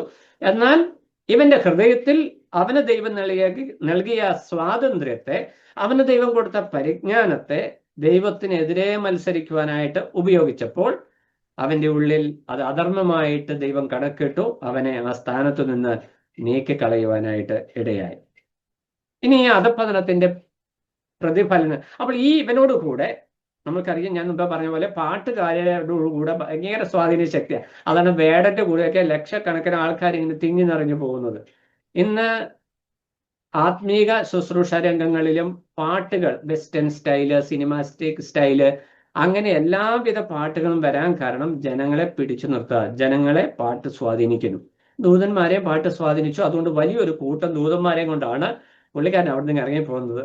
എന്ന് പറഞ്ഞാൽ ദൈവത്തോട് തുല്യത ഭാവിക്കുവാനായിട്ട് ഉള്ള ഒരു ശക്തി, ഒരു പ്രതിപക്ഷ ശക്തി. നമ്മൾ ഈ ഗവൺമെന്റിനെ കുറിച്ചൊക്കെ പറഞ്ഞു കഴിഞ്ഞാൽ ഭരണപക്ഷത്തോട് തന്നെ കിടപിടിക്കുന്ന ഒരു പ്രതിപക്ഷം, തുല്യ ശക്തികളായിട്ട് നിൽക്കുന്നത് പോലെ സാത്താനും ഒരു വലിയ പിന്തുടർച്ച, ശിഷ്യഗണം, ദൂതന്മാര് സാത്താന്റെ കൂടെയും പോകുന്നു. അപ്പൊ ആശാൻ ഒന്ന് പഴിച്ചാൽ ശിഷ്യൻ രണ്ട് പഴിക്കുമെന്നാണ്. അപ്പൊ ഈ പിശാച് അല്ലെങ്കിൽ ലൂസിഫർ ദൈവത്തോട് മത്സരം കാണിച്ചപ്പോൾ അതിലും കുറച്ചുകൂടെ കടന്ന നിലയിലേക്ക് പോകുന്ന ആളുകളാണ് തന്നെ അനുഗമിച്ചത് എന്ന് നമുക്ക് പിന്നീട് വചനം പഠിക്കുമ്പോൾ നമുക്ക് മനസ്സിലാക്കുവാനായിട്ട് കഴിയും. നമ്മൾ ആ വിഷയത്തിലേക്ക് പോവുകയാണ്. ഇനി സാത്താൻ വ്യക്തിപരമായിട്ട് എന്തൊക്കെ പ്രവൃത്തികൾ ചെയ്യുന്നു എന്നുള്ളത് നമ്മൾ പിന്നാലെ പഠിക്കും. എന്നാൽ ദൂതന്മാരുടെ പൊതുവായ വീഴ്ചയിൽ സംഭവിച്ചിരിക്കുന്ന പൊതുവായ പ്രതിഫലനങ്ങൾ എന്താണ്? നമ്മൾ ഒന്നാമത്തെ വിഷയം അവരുടെ ദൈവിക വ്യവസ്ഥയ്ക്ക്, അതായത് ദൈവം അവരെ ആക്കിയിരിക്കുന്ന സ്ഥാനത്തിന് വിരോധമായിട്ട് പ്രവർത്തിച്ചതാണ് അവരുടെ വീഴ്ചയ്ക്ക് കാരണം എന്ന് നമ്മൾ കണ്ടു. ഇനി അതുകൊണ്ടുണ്ടായ ഫലങ്ങൾ എന്തൊക്കെയാണ്? അവരുടെ സ്വഭാവത്തിനും പ്രകൃതത്തിനും ദുഷിപ്പ് വന്നു. അവരുടെ സ്വഭാവം എന്താ? വിശുദ്ധിയുള്ളതാണ്, നിഷ്കളങ്കമായ സ്വഭാവമാണ്. അതാണ് നമ്മൾ കാണുന്നത്. ദൂതന്മാരെ ദൈവം വിശുദ്ധരായിട്ട് സൃഷ്ടിച്ചു, നിഷ്കളങ്കരായിട്ട് ദൈവിക വ്യവസ്ഥയിൽ ദൈവസന്നദ്ധയിൽ ശുശ്രൂഷ ചെയ്യുവാൻ യോഗ്യതയുള്ളവരായിട്ട് സൃഷ്ടിച്ചു. എന്നാൽ അതിക്രമം അല്ലെങ്കിൽ നിഗളം, ഗർവ് ഉള്ളിൽ വന്നപ്പോൾ, ദൈവത്തിനെതിരെയുള്ള മത്സര മനോഭാവം ഹൃദയത്തിൽ വന്നപ്പോൾ അവരുടെ തേജസ് നഷ്ടപ്പെട്ടു. അപ്പോൾ അവർക്ക് കൊടുത്തിരിക്കുന്ന പേരുകളിലും വ്യത്യാസം വന്നു. അങ്ങനെയാണ് ഈ കെരൂബിന് സാത്താൻ അല്ലെങ്കിൽ പിശാച് എന്നുള്ള പേര് വരുന്നത്. അതോട് തന്നെ തൻ്റെ കൂടെയുള്ള ആളുകൾക്കും ആഡ്ജക്റ്റീവ്സ് വ്യത്യാസം വന്നു. നമുക്കറിയാം, ദൂതന്മാരെല്ലാവരും ആത്മാക്കളാ. മത്തായി സുവിശേഷം 10-ാം അധ്യായം 1-ാം വാക്യത്തിൽ വരുമ്പോൾ അശുദ്ധാത്മാക്കൾ എന്ന് ഈ സാത്താന്റെ കൂടെയുള്ള ആളുകളെ, ദൂതന്മാരെ വിളിക്കുന്നുണ്ട്. അശുദ്ധാത്മാക്കൾ, അശുദ്ധാത്മാവ് ബാധിച്ച മനുഷ്യൻ. അപ്പോൾ മനുഷ്യൻ ദൈവത്തോട് മത്സരിച്ച് ദൈവത്തെ പോലെ ആകുവാൻ ആഗ്രഹിച്ച് പിശാചിന് കൂട്ടുപിടിച്ചപ്പോൾ, അവരുടെ ഉള്ളിലെ കൂടെ കുറച്ച് പേരങ്ങ് പ്രവേശിച്ചു. അങ്ങനെയാണ് അശുദ്ധാത്മാവ് അല്ലെങ്കിൽ ദുരാത്മാവ് ബാധിച്ച മനുഷ്യരെന്ന് നമ്മൾ കാണുന്നത്. പാപത്തിന് നമ്മൾ അവസരം കൊടുത്തപ്പോൾ, മനുഷ്യർ അവസരം കൊടുത്തപ്പോൾ, സാത്താന്യ സേന ആത്മരൂപികളായിരിക്കൊണ്ട് അവരുള്ളിൽ പ്രവേശിച്ച് പല വിക്രിയകളും മനുഷ്യനെ കൊണ്ട് ചെയ്യിച്ചു. ഇതിന്റെ വലിയൊരു കാര്യങ്ങൾ നമുക്ക് കാണുവാനായിട്ട് കഴിയും. ഉൽപ്പത്തി പുസ്തകം മുതൽ മുന്നോട്ട് നമ്മൾ കാണുന്നുണ്ട്. എന്നാൽ ഇത് ഏറ്റവും പ്രധാനമായിട്ട് നമ്മളത് പോയിന്റ് ബേസ് ആയിട്ട് പഠിച്ചു പോവുകയാണ്. അവരുടെ സ്വഭാവവും പ്രകൃതി, അവരുടെ പ്രകൃതിക്ക് മാറ്റം വന്നു. പ്രകൃതി എന്ന് പറഞ്ഞാൽ ആത്മീക ശരീരമാണ്, വിശുദ്ധമാണ്. ആ പ്രകൃതിക്ക് മാറ്റം വന്നു. അതുകൊണ്ട് അവരെ അശുദ്ധാത്മാക്കൾ എന്ന് വിളിക്കുന്നു. എഫേസ്യ ലേഖനം 6:12 വരുമ്പോൾ ദുഷ്ടാത്മസേന എന്ന് വിളിക്കുന്നു. ദൈവത്തിന് സേനയുണ്ട്. അപ്പൊ ആ സേനയുടെ അധിപനെ കുറിച്ച് മിഖായിലിനെ കുറിച്ച് നമ്മൾ ഓൾറെഡി കണ്ടു, കഴിഞ്ഞ ക്ലാസ്സുകളിൽ കണ്ടു. ദൈവത്തിന് സേനയുണ്ട്, ദൈവത്തിന് വേണ്ടി യുദ്ധം ചെയ്യുന്ന സേന. അത് ഏഞ്ചൽസ് ആണ്, ദൂതന്മാരാണ്. അതുപോലെ തന്നെ പിശാചിന് വേണ്ടി യുദ്ധം ചെയ്യുന്ന ഒരു കൂട്ടം സേനയുണ്ട്. അവരെ ദൈവവചനത്തിൽ പറയുന്നത് ദുഷ്ടാത്മസേന. അപ്പൊ അവരുടെ സ്വഭാവത്തിനും പ്രകൃതത്തിനും അവരുടെ ഐഡന്റിറ്റിക്കും വ്യത്യാസം വന്നു. അവർക്ക് ദൈവവചനം കൊടുക്കുന്ന പേര് അല്ലെങ്കിൽ ദൈവം കൊടുക്കുന്ന പേര് തന്നെ അവരാരായിരുന്നു? നിഷ്കളങ്കരായിരുന്നു, വിശുദ്ധരായിരുന്നു. പാപം ചെയ്തപ്പോൾ അവർക്ക് കൊടുത്ത പേര് അശുദ്ധാത്മാക്കൾ എന്നാണ്. ദുഷ്ടാത്മസേന എന്ന് നമ്മൾ എഫേസ്യർ 6:12 കാണുന്നു. കോതലത്തെ തെറ്റിച്ചു കളയുന്നു എന്ന് നമ്മൾ 12:9 കാണുന്നു. അപ്പോൾ സ്വഭാവവും പ്രകൃതിയും പ്രവൃത്തിയും വ്യത്യാസം വന്നു. ഇതാണ് വീഴ്ച. നമ്മൾ ആദാമിനോടുള്ള ബന്ധത്തെ ചിന്തിക്കുമ്പോൾ മനുഷ്യന് സംഭവിച്ചത് ഇത് തന്നെയാണ്. ദൈവിക തേജസ്സിൽ, ദൈവത്തിന്റെ സ്വരൂപത്തിലും സാദൃശ്യത്തിലും ദൈവത്തോടുള്ള ആത്മീക കൂട്ടായ്മ ബന്ധത്തിൽ, ഹൃദ്യമായ ബന്ധത്തിൽ ജീവിക്കുവാനായിട്ട് സൃഷ്ടിക്കപ്പെട്ട മനുഷ്യൻ ദൈവത്തെ പോലെ ആകാം എന്നുള്ള പിശാചിന്റെ വാക്ക് കേട്ട് അതിന് വിധേയപ്പെട്ട് ഹൃദയത്തിൽ ഉന്നത ഭാവം അല്ലെങ്കിൽ ഗർവ്, തന്റെ സൃഷ്ടാവിനെ പോലെ ആകണം എന്നുള്ള ചിന്ത വന്നപ്പോൾ അവനും അവന്റെ സ്വഭാവവും അവന്റെ പ്രകൃതവും നഷ്ടപ്പെട്ടു. അപ്പോൾ പിശാചിന്റെ പ്രവൃത്തി തനിക്ക് പറ്റിയതുപോലെ ഇനിയുള്ള സൃഷ്ടികൾക്കെല്ലാം പറ്റണം എന്നുള്ളതാണ് പിശാചിന്റെ പ്രവൃത്തി. അപ്പോൾ ഇവിടെ പിശാചിന് അല്ലെങ്കിൽ ദുരാത്മസേനയ്ക്ക് സംഭവിച്ച പരാജയം അവർക്ക് മാത്രമല്ല, ഭൂമിയിൽ വന്ന് മനുഷ്യനോട് ഇടപെട്ടപ്പോൾ മനുഷ്യർക്കും അത് കിട്ടി. മനുഷ്യനോട് കർത്താവ് പറയുന്നത്, നീ നിമിത്തം ഭൂമി ശപിക്കപ്പെട്ടിരിക്കുന്നു, ഇനി നിനക്ക് വിള തരികയില്ല, മുള്ളും പറക്കാരെയും നിനക്ക് ഭൂമിയിൽ നിന്ന് ജനിക്കും എന്ന് പറഞ്ഞാൽ മനുഷ്യന് ആസ്വദിച്ച് കഴിക്കുവാനായിട്ട് ഫലവൃക്ഷങ്ങളെ ദൈവം ഭൂമിയിലാക്കി. എന്നാൽ മനുഷ്യന്റെ പാപനിമിത്തം ഈ വൃക്ഷലതാദികളിൽ വിഷം കായ്ക്കുന്ന ഫലങ്ങളുള്ളത്, വേരിൽ വിഷമുള്ളത്, ഇലയിൽ വിഷമുള്ളത്, മൃഗങ്ങളിൽ കഠിന സ്വഭാവമുള്ളത്, ആ കംപ്ലീറ്റ് വ്യവസ്ഥിതിക്കും മാറ്റം വന്നു. അപ്പോൾ പിശാച് ചെല്ലുന്നിടമൊക്കെ പാപി ചെല്ലുന്നിടം പാതാളം എന്ന് പറഞ്ഞതുപോലെ ഈ ചെല്ലുന്ന വഴികളിലെല്ലാം പ്രശ്നമാണ്. അപ്പൊ പ്രപഞ്ചത്തെ മൊത്തത്തിൽ ദൈവ സൃഷ്ടികളെ മൊത്തത്തിൽ അഫക്റ്റ് ചെയ്യുന്ന നിലയിലേക്ക് ഈ ഒരു കെരൂബിന്റെ മത്സര മനോഭാവം വന്നു. അവന്റെ സ്വാധീന ശക്തി അത്ര ഉന്നതമാണ്. എന്നാൽ ദൈവം ചെയ്ത പ്രവൃത്തി, മനുഷ്യനെ സൃഷ്ടിച്ചപ്പോഴും ദൈവം എന്ത് ചെയ്തു? അവന് സ്വാതന്ത്ര്യം കൊടുത്തു. തിരഞ്ഞെടുക്കാനും നന്മയും തിന്മയും തിരഞ്ഞെടുക്കാനുള്ള കഴിവോട്, അല്ലെങ്കിൽ അവന് വകതിരിവ് കൊടുത്തു, പരിജ്ഞാനം കൊടുത്തു, ജ്ഞാനം കൊടുത്തു, എന്നിട്ട് വ്യവസ്ഥയും കൊടുത്തു, നീ ഇത് കഴിക്കരുത്. പക്ഷെ പിശാചിന്റെ വാക്ക് മനുഷ്യൻ തന്റെ സ്വാതന്ത്ര്യം ഉപയോഗിച്ച് കേട്ടതുകൊണ്ട് അവിടെ ഉണ്ടായിരുന്നതെല്ലാം മനുഷ്യന്റെ ഗണത്തിലേക്കും വന്നു. ഇന്ന് വിശ്വാസികളായിരിക്കുന്ന നമ്മുടെ സ്വഭാവത്തിലും നമ്മുടെ ജീവിതത്തിലും ഈ പിശാചിൻ്റെതായിരിക്കുന്ന എല്ലാ സ്വാധീനതയും ഉണ്ട്. അത് പല നിലകളിലാണ്. ആ വിഷയത്തിലേക്ക് നമ്മൾ വരും. അപ്പോൾ നമുക്ക് പാപം ചെയ്തത് നിമിത്തം ദൈവദൂതന്മാരുടെ സ്വഭാവത്തിലും പ്രകൃതം, അവരുടെ പെരുമാറ്റം, അവരുടെ ആഗമത്തുള്ള അവരുടെ അപ്പിയറൻസിൽ പോലും വ്യത്യാസം വന്നു. അവരുടെ പേരിലും വ്യത്യാസം വന്നു. അവരെ അശുദ്ധാത്മാക്കളെന്നും ഭൂതങ്ങളെന്നും ദുഷ്ടാത്മസേന എന്നൊക്കെ അവരെ വിളിക്കുകയാണ്. ഇനി രണ്ടാമത്തെ ഫലം എന്ന് പറയുന്നത്, ഒന്നാമത്തെ ഫലം സ്വഭാവത്തിനും പ്രകൃതിക്കും ദുഷിപ്പ് ബാധിച്ചു. രണ്ടാമത്തെ ഫലം അന്ധതമസിന്റെ ചങ്ങലയാൽ ബന്ധിക്കപ്പെട്ടു എന്ന് പറഞ്ഞാൽ, ഈ വന്ന് ദൂതം ഞാൻ പറഞ്ഞില്ല, കുറച്ച് പേര് ഈ നേതാവിനെക്കാളും കുറച്ചുകൂടി ഓവർ സ്മാർട്ട് ആയിരുന്നു. അപ്പൊ അവരെ പിടിച്ച് ചങ്ങലയ്ക്ക് ഇട്ടേക്കുക. യൂദയുടെ ലേഖനം 6-ാം വാക്യവും 2 പത്രോസ് 2-ാം അധ്യായം 4-ാം വാക്യവും. അവിടെ ദൂതന്മാരെ ബന്ധിക്കുവാനായിട്ടുള്ള കാരണം പറയുന്നുണ്ട്. അത് നമ്മൾ അതിന്റെ വിശദീകരണത്തിലേക്ക് പിന്നാലെ വരുന്നതാണ്. എന്നാൽ അവിടെ എടുത്തു പറയുന്ന ഒരു വിഷയം, തങ്ങളുടെ വാസസ്ഥലം അവര് കാത്തുകൊണ്ടില്ല, അല്ലെങ്കിൽ നില കാത്തുകൊണ്ടില്ല എന്നാണ്. എന്നാൽ ഇതിന്റെ അർത്ഥം എന്ന് പറഞ്ഞാൽ വാസസ്ഥലം, അവർ താമസിക്കേണ്ട സ്ഥലത്ത് താമസിക്കാതെ വേറെ വീട്ടിൽ പോയി താമസിച്ചെന്നല്ല, വാസസ്ഥലം കാത്തുകൊണ്ടില്ല എന്ന് പറയുന്നതിന്റെ ആശയം. ദൈവം അവരെ ഒരു നിലയ്ക്ക്, ഒരു സ്ഥാനീയ പദവി കൊടുത്ത് നിർത്തി. അവരെക്കുറിച്ച് ദൈവത്തിനൊരു പദ്ധതി ഉണ്ടായിരുന്നു, അവരെക്കുറിച്ച് ചില റിക്വയർമെന്റ്സ് ഉണ്ടായിരുന്നു. അവര് അതിന് വിരോധമായിട്ട് പ്രവർത്തിച്ചു. നമ്മൾ എക്സാക്ട്ലി പഠിക്കുമ്പോൾ ഈ ബന്ധിതരായ ദൂതന്മാര്, ഇവരെക്കുറിച്ച് യൂദയുടെ ലേഖനത്തിൽ പറയുന്നത്, ഇവർ അന്യജഡം മോഹിച്ചു. ദൂതന്മാർക്കൊരു ജഡമുണ്ട്, അത് ആത്മീക ജഡമാണ്, ആത്മീക ശരീരമാണ്. ഇവർ അന്യജഡം മോഹിച്ചു. അന്യജഡം എന്ന് പറയുന്നത് ആത്മീകമല്ലാത്ത ശരീരമാണ് എന്ന് പറഞ്ഞാൽ ഭൗതിക ശരീരമാണ്. ഇവർ ഭൗതിക ശരീരത്തെ മോഹിച്ചു. അതുകൊണ്ട് അവിടെ വലിയൊരു ഭവിഷ്യത്ത്, ഈ അന്യജഡം ഉണ്ടായത് ഭൂമിയിലാണ്. ഈ ഭൂമിയിൽ സ്വർഗീയ ശരീരമുണ്ട്, ഭൗമ ശരീരം. പൗലോസ് ആ വിഷയം കൊരിന്ത്യർ ലേഖനത്തിൽ പറയുന്നത്, സ്വർഗീയ ശരീരമുണ്ട്, ഭൗമ ശരീരമുണ്ട്. ഇവർ സ്വർഗീയ ശരീരസ്ഥരാണ് ദൂതന്മാര്. ഇപ്പൊ പാപം ചെയ്ത ദൂതന്മാരും അവര് സ്പിരിച്വൽ ബോഡീസ് ആണ്, സ്പിരിച്വൽ ബീയിങ്സ് ആണ്. അതുകൊണ്ടാണ് അവരെ ആത്മാക്കൾ, ദുരാത്മാക്കൾ, ദുഷ്ടാത്മസേന എന്നൊക്കെ പറയുന്നത്. അവര് സ്പിരിച്വൽ സെലസ്റ്റിയൽ ബീയിങ്സ് ആയതുകൊണ്ടാണ്. എന്നാൽ മനുഷ്യൻ ഭൗമിക ശരീരം, ഭൂമിയിൽ നിന്നുള്ളവൻ, മണ്ണിൽ നിന്നുള്ളവൻ, അവൻ ജഡശരീരമുള്ളവനാണ്. അപ്പോൾ ഈ അന്യജഡം ഈ ദൂതന്മാർ മോഹിച്ചപ്പോൾ സംഭവിച്ചത് വലിയ ഒരു പാപം നടക്കുവാനായിട്ട് ഇടയായി തീർന്നു. അവരെ വിട്ടുകഴിഞ്ഞാൽ ഇനി വലിയ ദോഷമാകുന്നത്, ആ ചെയ്ത ദൂതന്മാരെ ദൈവം ബന്ധിച്ച് ചങ്ങലയിട്ട് ന്യായവിധിക്കായിട്ട് സൂക്ഷിച്ചിരിക്കുന്നു. അത് വളരെ പ്രധാനപ്പെട്ട ഒരു വിഷയം എന്ന് പറഞ്ഞാൽ, കൊടും ക്രിമിനൽസ് ആണ്, ആജീവനാന്ത തടവ് കൊടുത്തിരിക്കുക. കാരണം അവരെ വിട്ടുകഴിഞ്ഞാൽ ഈ ഭൂമിയെ തന്നെ അവര്, ദൈവത്തിന്റെ പദ്ധതി ഈ ഭൂമിയിലാണ് നിറവേറേണ്ടത്, ആ പദ്ധതി ഇവർ കംപ്ലീറ്റ് കലുഷിതമാക്കും എന്നുള്ളത് കൊണ്ട് ദൈവം അവരെ എന്നേക്കുമായിട്ട് പിടിച്ച് ചങ്ങലക്കിട്ട് നിത്യ ശിക്ഷാവിധിക്ക് വേണ്ടി സൂക്ഷിച്ചിരിക്കുകയാണ്. പിന്നെ നമ്മൾ മൂന്നാമത്തെ കാറ്റഗറികളെ ആൾക്കാരെ കാണുന്നത്, മൂന്നാമത്തെ കോൺസിക്വൻസ് എന്ന് പറയുന്നത്, വിശുദ്ധ ദൂതന്മാരുമായിട്ട് വഴക്കിട്ടുകൊണ്ടിരിക്കുക, അവരുമായിട്ട് യുദ്ധം ചെയ്തുകൊണ്ടിരിക്കുക എന്നുള്ളതാണ് ഇവരുടെ മെയിൻ പരിപാടി. വിശുദ്ധ ദൂതന്മാർ, അതായത് ദൈവം അയക്കുന്ന ദൂതന്മാർ, ദൈവിക ശുശ്രൂഷ ചെയ്യുന്ന ദൂതന്മാർക്ക് എതിര് നിൽക്കുക എന്നുള്ളതാണ്. ഈ വിശ്വാസികളുടെ ഇടയ്ക്കുണ്ട് അങ്ങനെ ചിലര്, എന്ത് ആത്മീയ കാര്യങ്ങൾ സഭയിൽ നടക്കാൻ പോയാലും അതിന് ഉടനെ അടങ്കോലിടുന്നവര്. അങ്ങനെ ഇടുന്നവരിൽ വ്യാപരിക്കുന്നത് ഈ ആത്മാവാണെന്നാണ് അതിന്റെ അർത്ഥം. അപ്പൊ വിശ്വാസികളിൽ ദുരാത്മാക്കൾ പ്രവർത്തിക്കും എന്ന് ചോദിച്ചു കഴിഞ്ഞാൽ പ്രവർത്തിക്കും, കാരണം ജഡത്തിലല്ലേ ജീവിക്കുന്നത്. പക്ഷെ സ്വാധീനം, അതായത് നമ്മൾ വിധേയപ്പെട്ട് കൊടുക്കുന്നത് പോലെയാ. ഒരു വ്യക്തി ദൈവവ്യവസ്ഥയ്ക്ക് വിരോധമായിട്ട് നിൽക്കുവാനായിട്ട് തന്നെ ഏൽപ്പിച്ചു കൊടുത്താൽ അവന്റെ ഉള്ളിൽ പിശാചിന് പ്രവർത്തിക്കാം. നമ്മൾ ഈ ഭൂമിയിൽ ജീവിച്ചിരിക്കുമ്പോൾ ദൈവം നമ്മളൊരു റോബോട്ട് ആയിട്ടല്ല വിശ്വാസിയായിട്ട് നിർത്തുന്നത്.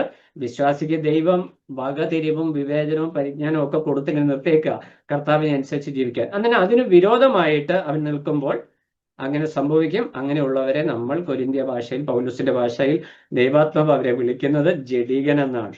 ജഡികൻ എന്ന് പറഞ്ഞാൽ ജഡത്തിൽ ആശ്രയിച്ച് ജീവിക്കുക എന്ന് പറഞ്ഞാൽ പാപത്തിന്റെ വഴി വിട്ടു പിരിയാതെ, ദൈവാത്മ സാന്നിധ്യത്തിന് വിധേയപ്പെടാതെ ഈ പഴയ അവസ്ഥയിൽ ജീവിക്കുന്നത് തന്നെയാണ് ഈ ജഡീകൻ.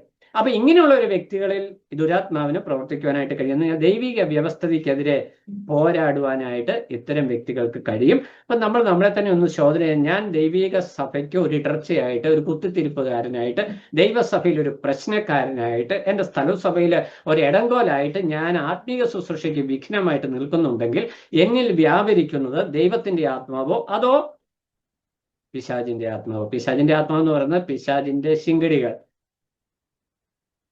അപ്പോൾ ഇത് വളരെ പ്രധാനപ്പെട്ട ഒരു വിഷയമാണ്. ഇവരുടെ മെയിൻ പരിപാടി വിശുദ്ധ ദൂതന്മാർക്കെതിരെ പോരടിക്കുക എന്നുള്ളതാണ്. യൂദയുടെ ലേഖനം 9-ാം വാക്യത്തിൽ വരുമ്പോൾ ഈ പോരാട്ടത്തെക്കുറിച്ച് അവിടെ നമ്മൾ വായിക്കുന്നുണ്ട്. ഇനി ഞാൻ മുമ്പേ ഓർപ്പിച്ച ഒരു വിഷയമാണ് സകല സൃഷ്ടികളെയും ഇത് ദോഷമായിട്ട് ബാധിച്ചു. 4-മത്തെ കാര്യം. 5-മത്തെ വിഷയം, ദൈവസന്നിധിയിൽ നിന്ന് ഇവര് എന്നേക്കുമായിട്ട് പുറന്തള്ളപ്പെടും. അതാണ് ആത്യന്തികമായിരിക്കുന്ന ശിക്ഷാവിധി എന്ന് പറയുന്ന വെളിപ്പാട് പുസ്തകം 12-ാം അധ്യായം 8-9 വാക്യങ്ങളിൽ വരുമ്പോൾ ഈ ദൂതഗണങ്ങൾക്ക് ദൈവസന്നിധിയിലുള്ള ആക്സസ് കംപ്ലീറ്റ് മാറും. ഇപ്പോൾ നമ്മൾ മനസ്സിലാക്കുന്ന വിഷയം, പ്രാഥമികമായിട്ട് ദൂതൻ പാപം ചെയ്തപ്പോൾ, അല്ലെങ്കിൽ ലൂസിഫറിന്റെ നേതൃത്വത്തിൽ വലിയൊരു കൂട്ടം ദൂതന്മാർ, ഇവരുടെ കൂട്ടത്തിലും ഒരു വലിയ പവറുണ്ട്, ഒരു വലിയ ഗണമുണ്ട്. അവര് മത്സരിച്ചു കഴിഞ്ഞപ്പോൾ അതിൽ ചിലര് അങ്ങ് ഓവർ സ്മാർട്ട് ആയതുകൊണ്ട് അവരെ ചങ്ങലക്കിട്ടേക്കുക, ബാക്കിയുള്ളവരെയൊക്കെ അഴിച്ചു വിട്ടേക്കുക. അവർക്കൊക്കെ സ്വാതന്ത്ര്യമുണ്ട്.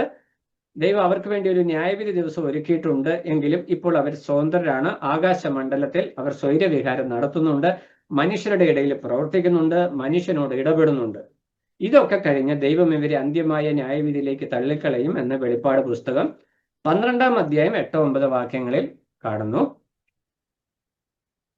മത്തായി സുവിശേഷം 25-ന്റെ 41-46 വാക്യങ്ങളിൽ വരുമ്പോൾ, മത്തായി സുവിശേഷം 25-ാം അധ്യായം 41-ാം വാക്യവും 46-ാം വാക്യവും അവിടെ വരുമ്പോൾ നിത്യ നരകത്തിലേക്ക് ഇവരെ തള്ളിക്കളയും. ഇത് അന്ത്യ ന്യായവിധിയോട് ചേർന്ന് നടക്കുന്ന ഒരു സംഭവമാണ് എന്ന് നമുക്ക് കാണുവാനായിട്ട് കഴിയും. കാരണം ദൈവത്തിന്റെ ദൂതന്മാരും ദൈവത്തിന്റെ ജനവും നിൽക്കുന്നിടത്ത് തന്നെ ഈ ദുഷ്ടാത്മസേനയും ഉണ്ട്. അവരുടെ സാന്നിധ്യമുണ്ട്, അവരുടെ പ്രവൃത്തിയുണ്ട്. അതുകൊണ്ട് രക്ഷിക്കപ്പെട്ടു എന്നതുകൊണ്ട് എല്ലാ പ്രശ്നവും തീരുന്നില്ല. പഴയകാല ഭക്തന്മാർ അവർ വിശ്വാസ ജീവിതത്തിൽ ജീവിച്ചപ്പോൾ അവരഭിമുഖീകരിച്ചതും ഇതേ പ്രശ്നം തന്നെയാണ്. പഴയ നിയമ ഭക്തന്മാർ ഹാനോക്ക് തൊട്ട് മുമ്പോട്ട് ഇങ്ങോട്ട് ഉള്ള തലമുറകൾ മുഴുവൻ ജീവിച്ചു വന്നപ്പോൾ അവർ ഈ ശക്തികളെ നേരിടേണ്ടി വന്നിട്ടുണ്ട്. പുതിയ നിയമ വിശ്വാസികളായിരിക്കുന്ന നമ്മൾക്കും ഇവരോട് പോരാട്ടമുണ്ട് എന്ന് ബൈബിൾ വ്യക്തമായിട്ട് പറയുന്നുണ്ട്. ഇവർക്ക് ദൈവ സ്വാതന്ത്ര്യം ഇപ്പോൾ കൊടുത്തിട്ടുണ്ട്. ഇവർക്ക് നഷ്ടപ്പെട്ടത് എന്താണ്? മനുഷ്യനോട് ചെയ്തതുപോലെ തന്നെ ഇവർക്ക് സംഭവിച്ചിരിക്കും. മനുഷ്യനോട് ദൈവം എന്ത് പറഞ്ഞു? നീ ആ ഫലം തിന്നുന്ന ആളിൽ മരിക്കും എന്ന് പറഞ്ഞു. അവര് പഴം തിന്നു. മനുഷ്യൻ മരിച്ചോ? ഇല്ല. ആ തലമുറയാണ് പെറ്റുപെരുകിന്ന് ഭൂമി മുഴുവൻ നിറഞ്ഞിരിക്കുന്നത്. ആത്മീകമായിട്ട് അവിടെ ഒരു മരണം സംഭവിച്ചു. അവന് ദൈവസന്നിധിയിലുള്ള സ്ഥാനം നഷ്ടപ്പെട്ടു. സ്ഥാനത്തിൽ നിന്ന് അവൻ പുറത്താക്കപ്പെട്ടു. എന്നാൽ ശാരീരികമായിട്ട് അവൻ ഭൂമിയിൽ ജീവിച്ചു. ദൈവം പദ്ധതി ചെയ്തതുപോലെ സന്താനപുഷ്ടിയുള്ളവരായിട്ട് അവർ ഭൂമിയിൽ പെറ്റുനിരുകി പാപം പെരുക്കുവാനായിട്ട് ഇടയായി തീർന്നു. ഇതുപോലെ തന്നെയാണ് സ്വർഗത്തിലെ ദൂതന്മാർക്ക് ദൈവം എന്ത് ചെയ്തു? പാപം ചെയ്തപ്പോൾ അവരുടെ സ്ഥാനത്ത് നിന്ന് അവരെ നീക്കിക്കളഞ്ഞു. അവരെ നിത്യ ശിക്ഷാവിധിക്ക് വേണ്ടി അവരെ സൂക്ഷിച്ചിരിക്കുകയാണ്. എന്നാൽ അവരുടെ സ്ഥാനത്ത് നിന്ന് നീക്കി പിശാച് സ്വർഗത്തിൽ പല പ്രാവശ്യം കയറി ചെല്ലുന്നതായിട്ട്, മറ്റ് ദൂതന്മാരോട് കൂടെ കയറി ചെല്ലുന്നതായിട്ട് ധാരാളം ദൃഷ്ടാന്തങ്ങൾ യോബിന്റെ പുസ്തകത്തിലും വെളിപ്പാട് പുസ്തകത്തിലും നമ്മൾ കാണുന്നുണ്ട്. അവർക്ക് സ്വർഗത്തിൽ ഇപ്പോഴും ആക്സസ് ഉണ്ട്. ആക്സസ് ഉണ്ട് എന്ന് പറഞ്ഞാൽ സ്വർഗം മലിനമാകുന്നല്ലോ എന്ന ആശയത്തിൽ എന്ന് പറഞ്ഞാൽ ഇവർക്ക് ദൈവത്തോട് ഭൂമിയിലെ കാര്യങ്ങൾ സമ്പാദിക്കുവാനായിട്ടുള്ള, അല്ലെങ്കിൽ തൻ്റെ പ്രവൃത്തികളെ കുറിച്ച് ദൈവസന്നിധിയിൽ ന്യായീകരിക്കുവാനായിട്ടുള്ള ഒരു അവസരം ദൈവം കൊടുക്കുന്നുണ്ടെന്ന് അതിൻ്റെ അർത്ഥം. നമുക്കറിയാം, പിശാച് പറഞ്ഞു, ഞാൻ നിന്നോട് സമനാണ്, ഞാൻ അത്യുന്നതിനോട് സമനായി തീരും, ഞാൻ ദൈവമായിട്ട് വാഴും. ഇപ്പോഴാണ് അവകാശപ്പെടുന്നത്, ഞാൻ ഭൂമിയുടെ ദൈവമാണ്, ഇതാ സകലതും എൻ്റെ അധികാരത്തിന് കീഴിൽ കിടക്കുന്നു. ഇത് ഞാൻ വെറുതെ പറഞ്ഞതല്ല. കർത്താവിനെ പരീക്ഷിക്കുവാനായിട്ട് സാത്താൻ കർത്താവിന്റെ അടുക്കൽ വന്നപ്പോൾ സാത്താൻ കർത്താവിനോട് എന്താ പറഞ്ഞ? ഈ ഭൂമി മൊത്തം എൻ്റെ അധീനതയിലാണ് കിടക്കുന്നേ, നീ എന്നെ വീണ് നമസ്കരിച്ചാൽ ഇതൊക്കെ ഞാൻ നിനക്ക് തരാം. അപ്പോൾ സാത്താൻ ക്ലെയിം ചെയ്യുന്നത്, എനിക്ക് സ്വർഗമോ ദൈവമായിട്ട് കിട്ടിയിട്ടില്ല, പക്ഷെ ഞാനിപ്പോൾ ഭൂമിയുടെ ദൈവമാണ്, അതുകൊണ്ട് ഈ ഭൂമിയിൽ എന്ത് കാര്യം നടക്കണമെങ്കിലും എൻ്റെ പെർമിഷൻ വേണം എന്നുള്ളൊരു ആറ്റിറ്റ്യൂഡിലേക്ക് വരുന്നു. ഇനി നമ്മൾ ഈ സാത്താൻ ദൈവസന്നിധിയിൽ ചെല്ലുന്ന രംഗങ്ങൾ പരിശോധിക്കുമ്പോൾ ദൈവസന്നിധിയിൽ പറയുന്ന വിഷയം പ്രത്യേകമാണ്. ഞാൻ ഭൂമിയിൽ ഊടാടി സഞ്ചരിച്ചിട്ട് വരുന്നു എന്ന് പറഞ്ഞാൽ എൻ്റെ അധീനതയിലാണ് എന്ന് പറഞ്ഞാൽ നമ്മുടെ പ്രധാനമന്ത്രി, ഇന്ത്യൻ പ്രധാനമന്ത്രി ഇന്ത്യയിലെ എല്ലാ സ്റ്റേറ്റുകളെ കുറിച്ചും കൺസേൺഡ് ആയിരിക്കുന്നത് പോലെ, ഒരു രാജാവ് തൻ്റെ പ്രജകളെ കുറിച്ചെല്ലാം കൺസേൺഡ് ആയിരിക്കുന്നത് പോലെ, പിശാച് തൻ്റെ ആധിപത്യത്തിന് കീഴിലുള്ള ഭൂമിയിലുള്ള സകല ചലനങ്ങളെയും വാച്ച് ചെയ്തിട്ട് ദൈവസന്നിധി ചെല്ലുന്നതിനാ. ഞാൻ അത് നേടി ഇത് നേടി എന്ന് പറയുവാനായിട്ടല്ല, ദൈവ മക്കളെ കുറിച്ച് ദോഷം പറയുവാനായിട്ട്, അപവാദം പറയുവാനായിട്ട്, അവരിൽ ഞാൻ ഇന്ന കുറ്റം കണ്ടു, നീ അവരെ രക്ഷിച്ചു വീണ്ടെടുത്ത് വെച്ചിരിക്കുന്നു, നീ വിശ്വാസത്താൽ നീതീകരിക്കപ്പെട്ടു എന്നൊക്കെ പറയുന്നുണ്ട്. പക്ഷെ എൻ്റെ വാക്കനുസരിച്ച് അവൻ പാപത്തിലാ ജീവിക്കുന്നത് എന്ന് ദൈവസന്നിധി ചെന്ന് പറയുവാനും വേണ്ടിയാണ് ഇവൻ ദൈവസന്നിധി ചെല്ലുന്നത്. അതിനുവേണ്ടി ഒരു അവസരം ദൈവം അവന് കൊടുത്തിട്ടുണ്ട്. അത് ദൈവത്തിന്റെ എന്തുകൊണ്ട് കൊടുത്തു എന്ന് വെച്ചാൽ ദൈവത്തിന്റെ പരമാധികാരത്തിൽപ്പെട്ട കാര്യമാണ്. അതിന്റെ കാരണം ഒരു പ്രതിവാദമില്ലാതിരിക്കേണ്ടത് തന്നെ. ഇവനെ ദൈവം എന്ത് വെച്ചിട്ടുണ്ട്? ഒരു ന്യായവിധി വെച്ചിട്ടുണ്ട്. ഇവനെ ദൈവം ഭൂമിയിൽ വാഴുവാനായിട്ട് അവസരം കൊടുത്തപ്പോൾ ഇവൻ അധർമ്മം കൊണ്ട് ഭൂമിയെ പെരുക്കുന്നതിന് ഇവന് കഠിനമേറിയ ശിക്ഷ കൊടുത്തു. അവസാനം നമ്മൾ വെളിപ്പാട് പുസ്തകം 20-ാം അധ്യായത്തിലേക്ക് വരുമ്പോൾ പിശാചിനും കള്ളപ്രവാചകനും മൃഗത്തിനും തീപ്പൊയ്യിലേക്ക് തള്ളിയിട്ട അതേ തീപ്പൊയ്യിലേക്ക് ഈ ദുഷ്ടന്മാരായിരിക്കുന്ന പാപികളായിരിക്കുന്ന മനുഷ്യരെയും അന്ത്യന്യായവിധിയിൽ തള്ളിക്കളയും നമ്മൾ വായിക്കുന്നുണ്ട്. അപ്പോൾ പാപത്തിനുള്ള ശിക്ഷയുടെ കാഠിന്യം വ്യക്തമാക്കി കൊടുക്കുവാൻ ദൈവം ഇങ്ങനെ ഒരു സ്വാതന്ത്ര്യം കൊടുത്തിരിക്കുക. അവർക്കും സ്വാതന്ത്ര്യമുണ്ട്, നമുക്ക് സ്വാതന്ത്ര്യമുണ്ട്. ഈ വിശുദ്ധ ദൂതന്മാരെ കർത്താവിനെ വിശ്വസ്തയോടെ പിൻപറ്റിയതുകൊണ്ട് ദൈവം അവരെ ആദരിക്കുന്നു, മാനിക്കുന്നു, തന്റെ ശുശ്രൂഷയ്ക്ക് നിലനിർത്തിയിരിക്കുന്നു. എന്ന തങ്ങളുടെ നില കാത്തുകൊള്ളാതെ, തങ്ങളുടെ സ്ഥാനം കാത്തുകൊള്ളാതെ, തങ്ങളുടെ ശുശ്രൂഷ കാത്തുകൊള്ളാതെ ദൈവത്തിനെതിരെ മത്സരിച്ചവരെ ദൈവം ആ സ്ഥാനത്ത് നിന്ന് നീക്കിക്കളഞ്ഞു. ഇന്ന് വിശ്വാസികളോടുള്ള ബന്ധത്തിൽ നമ്മൾ ചിന്തിച്ചാൽ ഇതേ നില നമുക്ക് കാണാം. അവരെ ഭൂമിയിൽ നിന്ന് നീക്കിക്കളയുന്നില്ല, പക്ഷേ അവരെ ആ ശുശ്രൂഷ സ്ഥാനത്ത് തുടരുവാൻ കഴിയാത്ത നിലയിൽ ദൈവം ആ സ്ഥാനത്ത് നിന്ന് നീക്കുന്ന അനേക ചിത്രങ്ങൾ നമുക്ക് കാണാം. അതുകൊണ്ട് ദൈവത്തെ ഭയപ്പെട്ട് വിശ്വസ്തയോടെ ജീവിക്കാൻ മനുഷ്യരായിരിക്കണം നമ്മളും ഉത്തരവാദിത്വമുള്ളവരാണ്. അപ്പോൾ അവർ ചെയ്ത ലംഘന നിമിത്തം സംഭവിച്ച 5 കാര്യങ്ങൾ നമ്മൾ കണ്ടു. ഇനി പാപം ചെയ്ത ദൂതന്മാരുടെ വിഭാഗങ്ങൾ, കാറ്റഗറി. നമുക്കറിയാം ദൈവദൂതന്മാരിൽ നമ്മൾ കണ്ടു കെരൂബുകളുണ്ട്, സാറാഫുകളുണ്ട്, ജീവികളുണ്ട്, അങ്ങനെ അനേക കാറ്റഗറി ഉണ്ട് എന്ന് നമ്മൾ കണ്ടു. അതുപോലെ തന്നെ പാപം ചെയ്ത ദൂതന്മാരുടെ ഗണത്തിലും ഒരു 4 കൂട്ടം ആളുകളുണ്ട്. ഒന്നാമത്തെ ആള് സാത്താനാണ്, മെയിൻ ലീഡർ. അവനാണ് ഈ ദൈവത്തോടുള്ള മത്സരത്തിന്റെ ഗ്യാങ് ലീഡർ. ഈ പിശാചാണ്, അല്ലെങ്കിൽ ലൂസിഫർ ആണ്. അവന്റെ മെയിൻ ലക്ഷ്യം എന്ന് പറയുന്നത് ഏത് വിധേനയും ദൈവം ഒരുക്കുന്ന വീണ്ടെടുപ്പ് പ്രവൃത്തിയെ തകർക്കുക എന്നുള്ളതാണ്. ആദ്യം അവൻ ദൈവസന്നദ്ധിയിൽ അവൻ ദൈവത്തിന്റെ ആരാധന വിഷയല്ല, ദൈവത്തിന്റെ സൃഷ്ടികളായിരിക്കുന്ന ദൂതന്മാരും ദൈവത്തിന്റെ മഹത്വവും അടങ്ങുന്ന സ്വർഗീയ സൈന്യത്തിൽ ഒരു വിഘടനം ഉണ്ടാക്കുവാൻ അവൻ വളരെ തന്ത്രപൂർവ്വം പരിശ്രമിച്ചു.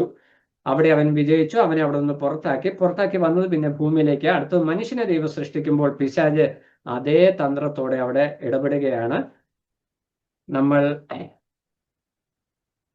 2 കൊരിന്ത്യർ 2-ാം അധ്യായം 11-ാം വാക്യത്തിൽ വരുമ്പോൾ അവന്റെ തന്ത്രങ്ങളെ നാം അറിയുന്നവരാണല്ലോ എന്ന് കൊരിന്ത്യ വിശ്വാസികളെ ഓർപ്പിക്കുന്നു.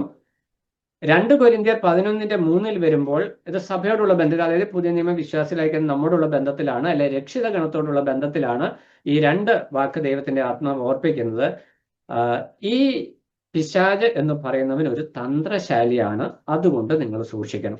അപ്പം ഈ പാപം ചെയ്ത ദൂതന്മാരുടെ കാറ്റഗറിയിലെ ആദ്യത്തെ ആള് നമ്പർ 1 പിശാചാണ്, അല്ലെങ്കിൽ ലൂസിഫർ ആണ്, സാത്താനാണ്. അവന്റെ പ്രത്യേകത എന്ന് പറയുന്നത് സൂത്രശാലിയാണ്, തന്ത്രശാലിയാണ്. ഈ 2 വാക്യങ്ങൾ നമ്മൾ അത് കാണിക്കുന്നു. 2 കൊരിന്ത്യർ 2:11, 2 കൊരിന്ത്യർ 11:3, എഫെസ്യ ലേഖനം 6:11 വരുമ്പോൾ പിശാചിന്റെ തന്ത്രങ്ങളോട് എതിർത്ത് നിൽക്കണം. അത് എന്തൊക്കെയാണെന്ന് ഞാൻ വിശദീകരിക്കാനായിട്ട് പോകുന്നില്ല, അത് പിന്നാലെ വരുന്ന ക്ലാസ്സിൽ നിങ്ങൾ പഠിക്കും. അപ്പോൾ ഇവിടെ പിശാചാണ് ഒന്നാമത്തെ ആള്. രണ്ടാമത്തെ കാറ്റഗറി എന്ന് പറയുന്നത് സ്വതന്ത്ര ദൂതന്മാർ. പിശാച് സ്വതന്ത്രനാണ്, അവൻ നേതാവാണ്, അവൻ ഈ ലോകത്തിന്റെ പ്രഭുവായിട്ട്, ഈ ലോകത്തിന്റെ ദൈവമായിട്ട് പിശാച് വാഴുന്നു. അതാണ് ഒന്നാമത്തെ കാറ്റഗറി. രണ്ടാമത്തേത് സ്വതന്ത്ര ദൂതന്മാർ എന്ന് പറഞ്ഞാൽ പിശാചിന് വേണ്ടി പ്രവർത്തിക്കുന്ന പിശാചിന്റെ ശിങ്കിടികൾ. നാട്ടുഭാഷയിൽ പറഞ്ഞത് ആ ശിങ്കിടികൾ എന്ന്, പിശാചിന്റെ അനുചരന്മാർ എന്ന് നമുക്ക് ശരിയായ ഭാഷയിൽ പറയാം. ഈ അനുചരന്മാരായിരിക്കുന്ന വ്യക്തികൾ സ്വതന്ത്രരായിട്ട് വിഹരിക്കുന്ന ആളുകളാണ്. ഇവരെ അനർത്ഥ ദൂതന്മാർ എന്ന് സങ്കീർത്തനം 78:49 വായിക്കുന്നുണ്ട്. അതുപോലെ തന്നെ ഇവരുടെ സാന്നിധ്യം ഉണ്ടെന്ന് റോമാലേഖനം 8:38. അവിടെ ക്രിസ്തുവിനോടുള്ള സ്നേഹത്തിൽ നിന്ന് നമ്മളെ വേർപിരിക്കുവാനായിട്ട് ഒരു ശക്തികൾക്കും എന്നുള്ളിടത്ത് വാഴ്ചകളും അധികാരങ്ങളും എന്നുള്ള ദൂതന്മാർക്കോ വാഴ്ചകൾക്കോ അധികാരങ്ങൾക്കോ എന്ന് 3 കാര്യങ്ങൾ എടുത്തു പറയുന്നത് 3ഉം ഈ ദുഷ്ടാത്മസേനയുമായിട്ട് ബന്ധപ്പെട്ട വിഷയങ്ങളാണെന്ന് നമുക്ക് മനസ്സിലാക്കുവാനായിട്ട് കഴിയും. എഫേസ്യ ലേഖനം 2:2 വരുമ്പോൾ, എഫേസ്യർ 2:2 വരുമ്പോൾ ഇവരെ ആകാശത്തിലെ അധികാരികൾ എന്ന് വിളിക്കുന്നുണ്ട്. നമ്മൾ ആകാശത്തിലെ അധികാരികളായിരുന്നവനെ സേവിച്ചു നടന്നു എന്നാണ് എഫേസ്യർ 2:2 വായിക്കുന്നത്. അപ്പം ഒന്നാമത്തേത് സാത്താൻ, രണ്ടാമത്തേത് സ്വതന്ത്ര ദൂതന്മാർ, മൂന്നാമത്തേത് ബന്ധനസ്ഥരായ ദൂതന്മാര്. ഇവരെ കുറിച്ച് ഞാൻ പറഞ്ഞു, അന്യജഡം മോഹിച്ച് ദൈവിക വ്യവസ്ഥ കളങ്കപ്പെടുത്തിയത് കൊണ്ട് ശിക്ഷയ്ക്ക് പാത്രീഭവിച്ച ദൂതന്മാർ അവർ ബന്ധിക്കപ്പെട്ടിരിക്കുകയാണ്. ആ അന്യജട മോഹം എന്നുള്ള വിഷയം നമ്മൾ അടുത്ത ക്ലാസ്സിൽ വിശദമായിട്ട് പഠിക്കുന്നതാണ്. എന്താണ് ഈ ബന്ധനത്തിലായ ദൂതന്മാർ ചെയ്ത ആ പാപം എന്താണെന്ന് നമ്മൾ അടുത്ത ക്ലാസ്സിൽ പഠിക്കും. ഇനി നാലാമത്തെ കൂട്ടരെന്ന് പറയുന്നത് ഭൂതങ്ങളും ദുരാത്മാക്കളും. ഇതിനെക്കുറിച്ച് പല നിലയിലുള്ള ചിന്തകളും മനുഷ്യരുടെ ഇടയിലുണ്ട്. ചിലർ മരിച്ചുപോയവരുടെ ആത്മാക്കളാണ് ദുരാത്മാക്കളെന്നും ഭൂതങ്ങളെന്നും ലോകം മനുഷ്യരും ക്രിസ്ത്യാനികളിൽ ചിലരും മനസ്സിലാക്കുന്നുണ്ട്. എന്നാൽ ബൈബിൾ നമ്മൾ ശ്രദ്ധിച്ചു പഠിക്കുമ്പോൾ ഈ മരിച്ചവരാരും ദുരാത്മാക്കളായിട്ട് ഇവിടെ തീരുന്നില്ല. പാപിയായിട്ട് മരിക്കുന്നവൻ യാതനാ സ്ഥലത്തേക്കും വിശ്വാസിയായിട്ട് നീതിമാനായിട്ട് ഭക്തനായിട്ട് മരിക്കുന്നവർ പരദേശിയുടെ അനുഭവത്തിലേക്ക് മാറ്റപ്പെടുന്നു. അവർ ഈ ഭൂമിയിൽ നിൽക്കുന്നില്ല എന്നുള്ള കാര്യം നമുക്ക് വചനപ്രകാരം അറിയാം. അതിന് പ്രകാരം ഈ ഭൂതങ്ങളും ദുരാത്മാക്കളും എന്ന് പറയുന്നത് സാത്താനോടൊപ്പം ദൈവത്തോട് മത്സരിച്ചു പോകുന്ന ദൂതന്മാരിലെ ഒരു വിഭാഗമാണ്. ഇവരെ മനുഷ്യരുമായിട്ട് കൂടുതൽ ഇന്റർവ്യൂ ചെയ്യുന്നു. കാരണം കർത്താവിന്റെ കാലത്തും പഴയ നിയമകാലത്തും ദുരാത്മാക്കൾ ബാധിച്ചവരെയും ഭൂതം ബാധിച്ചവരെയും കുറിച്ച് ധാരാളം ദൃഷ്ടാന്തങ്ങൾ പറയുന്നുണ്ട്. അപ്പോൾ ഇത്രയും ഈ 4 കാറ്റഗറിയാണ് ഇവരിലുള്ളത്. ഇവരെ പറയുന്നത് പഴയ നിയമത്തിൽ നമ്മൾ 4-5 റെഫറൻസ് കാണുന്നുണ്ട്. പുതിയ ആവർത്തനം 12:17 വരുമ്പോൾ അവിടെ നമ്മൾ ദുർഭൂതങ്ങൾ എന്നാണ് ഇവരെ കുറിച്ച് വായിക്കുന്നത്. ദുർഭൂതങ്ങൾ, ഭൂതങ്ങളിൽ തന്നെ ദുർഭൂതം എന്ന് പറഞ്ഞാൽ അവരുടെ ക്വാളിറ്റിയാണ് അവിടെ എടുത്തു പറയുന്നത്. പിന്നെ സങ്കീർത്തനം 106:37 വരുമ്പോൾ, സങ്കീർത്തനം 106:37 അവിടെ വരുമ്പോൾ ജനങ്ങൾ ഇസ്രായേലിലെ ഭൂതങ്ങൾക്ക് ബലി കഴിച്ചു എന്ന് നമ്മൾ വായിക്കുന്നു. എന്ന് പറഞ്ഞാൽ മനുഷ്യരിൽ ഒരു കൂട്ടരെ ഇവരെ ദൈവമായിട്ട് കണ്ടിരുന്നു. എന്ന് പറഞ്ഞാൽ അധർമ്മത്തിന്റെ ദേവന്മാർ. നമുക്കറിയാം ആഭിചാര സിസ്റ്റംസ് ഇന്ന് ഭൂമിയിലുണ്ട്. ആഭിചാരങ്ങൾ, കൂടോത്രങ്ങൾ, മന്ത്രവാദങ്ങൾ, ഇതൊക്കെ ഇന്ന് ഭൂമിയിലുണ്ട്. ഇതിന്റെയൊക്കെ പിന്നിൽ വ്യാപരിക്കുന്നത് ഈ ആത്മസേനയാണ്. എന്ന് പറഞ്ഞാൽ ഇവരെ പ്രീതിപ്പെടുത്താൻ വേണ്ടിയാണ് മനുഷ്യർ ഈ കർമ്മങ്ങളൊക്കെ ചെയ്യുന്നത്. ഇതിന്റെ പിന്നാലെ ഇസ്രായേൽ ജനവും പോയി. ഇന്ന് പല വിശ്വാസികളും ഇതിന്റെ പിന്നാലെ പരിശുദ്ധാത്മ പ്രവൃത്തിയാണെന്നും പറഞ്ഞു പോകുന്നുണ്ട്. വകതിരിവും വിവേകവും വിവേചന ബുദ്ധിയും ഇല്ലെങ്കിൽ മനുഷ്യൻ വീണ്ടും പഴയ വഴിയിൽ ചെന്നപ്പെടും. അതുകൊണ്ട് വിശ്വാസികൾ ദൈവം തന്നിരിക്കുന്ന പരിജ്ഞാനം ഉപയോഗിച്ച് നിങ്ങൾ ഏത് ആത്മാവ് എന്ന് നിങ്ങൾ വിവേചിച്ച് പരിശോധിപ്പിനെന്ന് ദൈവത്തിന്റെ ആത്മാവ് പ്രബോധിപ്പിക്കുന്നുണ്ട്. ഭൂതം മനുഷ്യരിൽ പ്രവേശിക്കുന്നത് മൂലം അവർക്ക് ശാരീരിക രോഗങ്ങൾ ഉണ്ടാകുന്നു. ലൂക്കോസിന്റെ സുവിശേഷം 13:11, ലൂക്കോസ് 13:11 മനുഷ്യരിൽ ഈ ഭൂതങ്ങൾ ബാധിച്ചാൽ ഉണ്ടാകുന്ന റിസൾട്ടിൽ ഒന്ന് രോഗം. എല്ലാ രോഗവും ഭൂതം ബാധിച്ചിട്ടല്ല അതിൻ്റെ എല്ലാ അർത്ഥം. ഭൂതങ്ങൾ ബാധിക്കുമ്പോൾ ചില രോഗങ്ങൾ ഉണ്ടാകുന്നു. ചിലരുടെ മാനസിക നില താളം തെറ്റുന്നു. എല്ലാ മാനസിക രോഗവും ഭൂതബാധയല്ല, അത് മനസ്സിലാക്കണം. നമ്മൾ ബൈബിളിൽ വായിക്കുമ്പോൾ കർത്താവ് ഭൂമിയിലായിരുന്ന കാലത്ത് ഇങ്ങനെ ഉണ്ടായിരുന്ന വ്യക്തികൾ ഉണ്ടായിരുന്ന ഭൂതബാധ. ഇന്നും ഭൂതബാധയുണ്ട്. അവരുടെ പെരുമാറ്റവും രീതികളൊക്കെ വ്യത്യസ്തമാണ്. ഇന്നും സൈക്കാട്രിക് പേഷ്യൻസ് ഉണ്ട്. പല കാരണം കൊണ്ട് സൈക്കാട്രി രോഗം ഉണ്ടാകാം, മാനസിക രോഗം ഉണ്ടാകാം, പേടിയിൽ നിന്നുണ്ടാകാം. അതുപോലെ തന്നെ ഞരമ്പിന്റെ ന്യൂറോപരമായിട്ടുള്ള വിഷയങ്ങളിൽ നിന്ന് മാനസിക രോഗം ഉണ്ടാകാം. ഭൂതബാധയിൽ നിന്ന് മാനസിക രോഗം ഉണ്ടാകാം. ഇത് മാനസിക രോഗം വന്ന ഉടനെ ഭൂതബാധയാണ് പിശാച് വെച്ചെന്ന് പറഞ്ഞുകൊണ്ട് ഭൂതം ഒഴിപ്പിക്കാനല്ല നോക്കേണ്ടത്, ട്രീറ്റ്മെന്റ് ചെയ്യാനായിട്ട് നോക്കേണ്ടത്. അതോടൊപ്പം പ്രാർത്ഥനയും എന്താണെന്ന് വിവേചിക്കാനുള്ള ബുദ്ധി മനുഷ്യർക്കുണ്ടാകണം. ഈ മാനസിക വിഭ്രാന്തി ഇങ്ങനെ ഉണ്ടാകുന്നു. അത് മർക്കോസ് 5:1 മുതൽ 9 വരെയുള്ള വാക്യങ്ങൾ നമ്മൾ കാണുന്നു.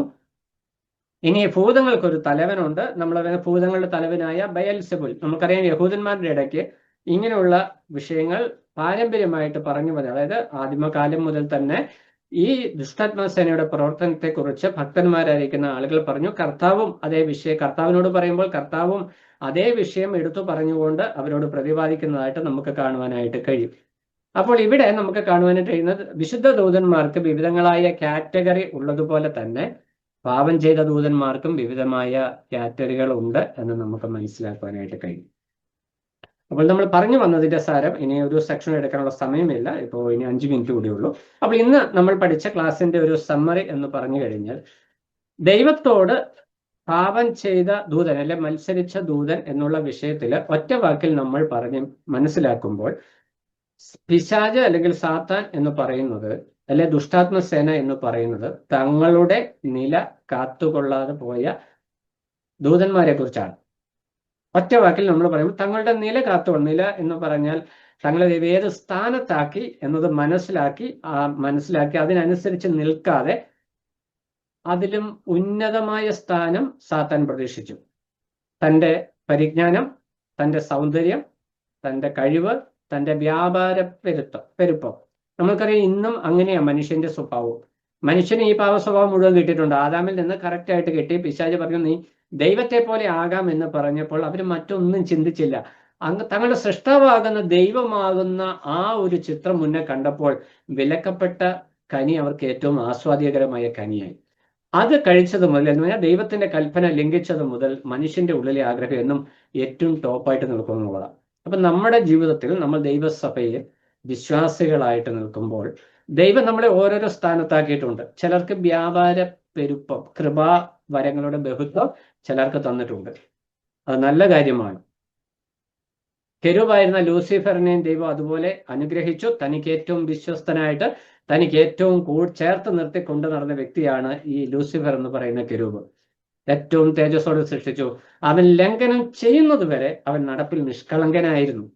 അപ്പൊ ദൈവം അവനെ കുറിച്ച് പറയുന്ന സാക്ഷ്യം, അവൻ പാപം ചെയ്യുന്നത് വരെ ഏറ്റവും നിഷ്കളങ്കനായ, ഈ ദൂതഗണത്തിൽ തന്നെ ഏറ്റവും നിഷ്കളങ്കനായ ഒരു വ്യക്തിയായിരുന്നു ഈ സാത്താൻ. പക്ഷേ അവന്റെ ഉള്ളിൽ എപ്പോഴാണോ തൻ്റെ സൗന്ദര്യത്തെക്കുറിച്ച്, തന്നിലെ ദൈവിക സൗന്ദര്യം വിട്ട് തൻ്റെ സൗന്ദര്യത്തെ നോക്കി, ദൈവിക പരിജ്ഞാനത്തെ വിട്ട് തൻ്റെ പരിജ്ഞാനത്തെ നോക്കി, ദൈവിക ശുശ്രൂഷകളെ നോക്കുന്നത് തൻ്റെ കഴിവുകളെ നോക്കിയപ്പോൾ അവിടെ ദൈവത്തിനെതിരെ മത്സരിക്കുവാനായിട്ട് നോക്കി. വിശ്വാസികളായിരിക്കും നമ്മുടെ ജീവിതത്തിലും ദൈവം നമ്മളെ സ്ഥലം സഭയിൽ നാം ആയിരിക്കുന്ന ഇടങ്ങളിൽ വിശ്വാസ സമൂഹത്തിൽ ദൈവം നമ്മളെ ഓരോരോ ശുശ്രൂഷ സ്ഥാനങ്ങൾ തന്ന് കൃപാവരങ്ങൾ തന്ന് നിർത്തിയിട്ടുണ്ട്. ആ കൃപാവരങ്ങളും സ്ഥാനങ്ങളും മനസ്സിലാക്കി അവിടെ നിൽക്കാതെ ദൈവത്തോട് സമനാകുവാനായിട്ട് ഏറ്റവും ശ്രേഷ്ഠമായിട്ട്, ശ്രേഷ്ഠവരങ്ങളെ വാഞ്ചിപ്പിൻ എന്ന് പറയുന്നുണ്ട്. അതിന്റെ അതിനടിയിൽ വായിക്കുന്നുണ്ട് ഏറ്റവും ശ്രേഷ്ഠമായത് ഞാൻ കാണിച്ചു തരാം എന്നിട്ട് പറഞ്ഞ ആ സ്നേഹത്തെക്കുറിച്ച് കൊരിന്ത്യയിലെ എനിക്ക് പറഞ്ഞു വരുന്നത്. അപ്പോൾ കൃപാവരങ്ങളുടെ ബഹുത്വം നമുക്കുണ്ടെങ്കിൽ, പലവിധ കൃപാവരങ്ങൾ ദൈവം തന്നിട്ടുണ്ടെങ്കിൽ, അത് ദൈവം ആക്കിയിരിക്കുന്ന സ്ഥാനത്ത് ദൈവത്തിന് മഹത്വം വരുമാറ് ഉപയോഗിക്കുവാനായിട്ട് നമുക്ക് കഴിഞ്ഞില്ല എങ്കിൽ നമ്മൾ പിശാചിനാൽ ഉപയോഗിക്കപ്പെടുന്ന അനുഭവത്തിലേക്ക് മാറുവാനുള്ള സകല അവസരങ്ങളും ഉണ്ട്, ചാൻസസും ഉണ്ട്. ദൈവസന്നിധിയിൽ ദൈവത്തോട് ചേർന്ന് വിശുദ്ധിയുടെ നിറവിൽ ജീവിച്ച ലൂസിഫറിന്, കെരൂബിന് അവിടെ നിന്നുകൊണ്ട് ദൈവത്തിനെതിരെ മത്സരിക്കുവാൻ, ഹൃദയത്തിൽ പാപം ചെയ്യുവാനായിട്ട്, അതിന് കൂട്ടരായിട്ട് ഒരു കൂട്ടം ആളുകളെ സ്വാധീനത്തിൽ കൊണ്ടുവരുവാൻ സാധിച്ചുവെങ്കിൽ, പാപജടത്തിൽ ജീവിക്കുന്ന വിശ്വാസികളായിരിക്കുന്ന നമുക്ക് പാപം ചെയ്യാനുള്ള ചാൻസസ് 99% മുമ്പിൽ നിൽക്കുക. അങ്ങനെയുള്ള വ്യക്തികളായിരിക്കും നമ്മൾ വളരെ ജാഗ്രതയോടെ മുന്നോട്ട്. അതുകൊണ്ടാണ് പറഞ്ഞ പാപത്തോട് പോരാടുന്നതിൽ നിങ്ങൾ പ്രാണത്യാഗത്തോളം എതിർത്ത് നിന്നിട്ടില്ല. അപ്പോൾ ദൂതന്മാരുടെ ജീവൻ നമുക്ക് തരുന്ന പാഠം, ദൈവം നമ്മൾ ഏത് സ്ഥാനത്താക്കിയിട്ടുണ്ടോ ആ സ്ഥാനത്ത് വിശ്വസ്തയോടെ ദൈവം വിളിച്ച ആ വിളിക്ക് യോഗ്യമാവണ്ണം ജീവിക്കുവാനായിട്ട് നമ്മൾ ശ്രദ്ധിക്കണം. രണ്ടാമത്തേത്, സ്വാധീന ശക്തി ഈ പിശാചിനുണ്ടായിരുന്നു. അതുകൊണ്ട് ഒത്തിരി പേരെ കൂടെ കൊണ്ടുവന്നു. എന്ന് പറഞ്ഞ ഒരു സ്ഥലസഭയിൽ ഒരു വിശ്വാസി തെറ്റ് ചെയ്താൽ ഈ വിശ്വാസികളുടെ എല്ലാം ജീവിതത്തിൽ തെറ്റിനോടുള്ള സ്വാധീനം, പാപത്തോടുള്ള സ്വാധീനം ശരീരത്തിൽ ഉള്ളത് കൊണ്ട് ഇതിന്റെ പിന്നാലെ ആളുകൾ പോകുവാൻ, അതിനെ ന്യായീകരിക്കുവാൻ, അതിനെ ന്യായീകരണങ്ങൾ കണ്ടെത്തി പാപത്തിൽ തുടരുവാനുള്ള സാധ്യതകൾ വളരെ അധികമാണ്. അതുകൊണ്ട് ശുശ്രൂഷ സ്ഥാനങ്ങളിൽ, സഭാ നേതൃത്വങ്ങളിൽ നിൽക്കുന്നവർ പ്രത്യേകം ജീവിതത്തെ സൂക്ഷിക്കുവാനായിട്ട് ഉത്തരവാദിത്വമുള്ളവരെ. ഇനി ഇങ്ങനെ പാപം ചെയ്യുന്നതുകൊണ്ട് എന്ത് സംഭവിക്കുന്നു? ദൂതന്മാരുടെ സ്വഭാവത്തിലും പ്രകൃതത്തിലും മാറ്റം വന്നു, അവരുടെ രൂപത്തിന് തന്നെ മാറ്റം വന്നു, അവരുടെ മനോഭാവത്തിന് മാറ്റം വന്നു, അവരുടെ കാഴ്ചപ്പാടുകൾക്ക് മാറ്റം വന്നു. എന്ന് പറഞ്ഞാൽ ദൈവം ദൂതന്മാരെ ആക്കിയിരിക്കുന്ന സ്ഥാനത്തു നിന്ന് പുറത്തിറങ്ങിയ മാത്രമല്ല, അവർക്ക് തങ്ങൾക്ക് ബോധിച്ചതുപോലെ അവർ സഞ്ചരിച്ചു. ദൈവിക വ്യവസ്ഥകൾ മുഴുവൻ ലംഘിക്കുവാനായിട്ട് ഇടയായി തീർന്നു. അതിലെ പിരിവെട്ടിയ അല്ലെങ്കിൽ ഏറ്റവും ക്രമം കെട്ടുപോയ ഒരു കൂട്ടരെ അവരേറ്റവും പ്രശ്നമുണ്ടാക്കുമെന്ന് മനസ്സിലാക്കിയിട്ട് നമ്മൾ പറയുന്നത് ചാപ്പ കുത്തി നാട് കടത്തി, ഇന്നത്തെ ഒരു പ്രയോഗം. എന്ന് പറഞ്ഞാൽ കണ്ടിന്യൂസ് ആയിട്ട് കുറ്റകൃത്യം ചെയ്യുന്ന ഒരുത്തനെ അവനെ നാട് കടത്തുന്ന ഒരു സിസ്റ്റം ലോക മനുഷ്യരുടെ ഇടയ്ക്കുണ്ട്. എന്നാൽ ദൈവം ചെയ്ത പ്രവൃത്തി നാട് കടത്തിയാൽ പിന്നെ അവൻ ഈ കുറ്റമായിട്ട് പിന്നെ വളഞ്ഞ വഴിയിലൂടെ വരും. ദൈവം എന്ത് ചെയ്തു? ഇവൻ കുറ്റകൃത്യക്കാരനാണെന്ന് മനസ്സിലാക്കി അവരെ ചങ്ങലയിൽ ബന്ധിച്ചിട്ടിരിക്കുകയാണ്, അവരെ ബന്ധനത്തിലാക്കി അന്ത്യന്യായവിധിക്ക് വേണ്ടി സൂക്ഷിച്ചിരിക്കുകയാണ്. അപ്പോൾ നമ്മുടെ ജീവിതത്തിലും അന്ത്യന്യായവിധി ഇല്ല, പക്ഷെ നമുക്ക് ന്യായവിധി ഉണ്ടെന്ന് മനസ്സിലാക്കി നമ്മുടെ ജീവിതത്തെ നമ്മളെ ദൈവമാക്കിയിരിക്കുന്ന നിലയ്ക്കും സ്ഥാനത്തിനും അനുസരിച്ച് ക്രമപ്പെടുത്തുവാനായിട്ട് പ്രത്യേകം ശ്രദ്ധിക്കണം. ഇനി ഇവരിടയ്ക്ക് 4 കാറ്റഗറി ആളുകളുണ്ട്. അത് ദൈവജനത്തിലുമുണ്ട്, സാത്താന്യ ദൂതന്മാരുടെ ഇടയ്ക്കും കാറ്റഗറീസ് ഉണ്ട്. അവരുടെ പ്രവർത്തന മികവുണ്ട്. എന്ന് പറഞ്ഞാൽ ദൈവവുമായിട്ടൊരു ഇക്വാലിറ്റി പിശാച് ഡിമാൻഡ് ചെയ്യുമ്പോൾ ദൈവം എന്തൊക്കെ ചെയ്യുന്നു അതൊക്കെ ഇപ്പറേ ചെയ്യുവാനായിട്ട് അവൻ തൻ്റെ ശക്തിയും പ്രതാപവും കാണിക്കുന്നുണ്ട്. അതിപ്പോൾ കാണിച്ചുകൊണ്ടിരിക്കുന്നത് മനുഷ്യരുടെ ഇടയിലാണ്. വിശ്വാസികളുടെ ഇടയിൽ അത് ഏറ്റവും ശക്തമായിട്ട് പ്രവർത്തിക്കും. കാരണം നമ്മൾ ഒരിക്കൽ അവന്റെ അടിമത്വത്തിലായിരുന്നു.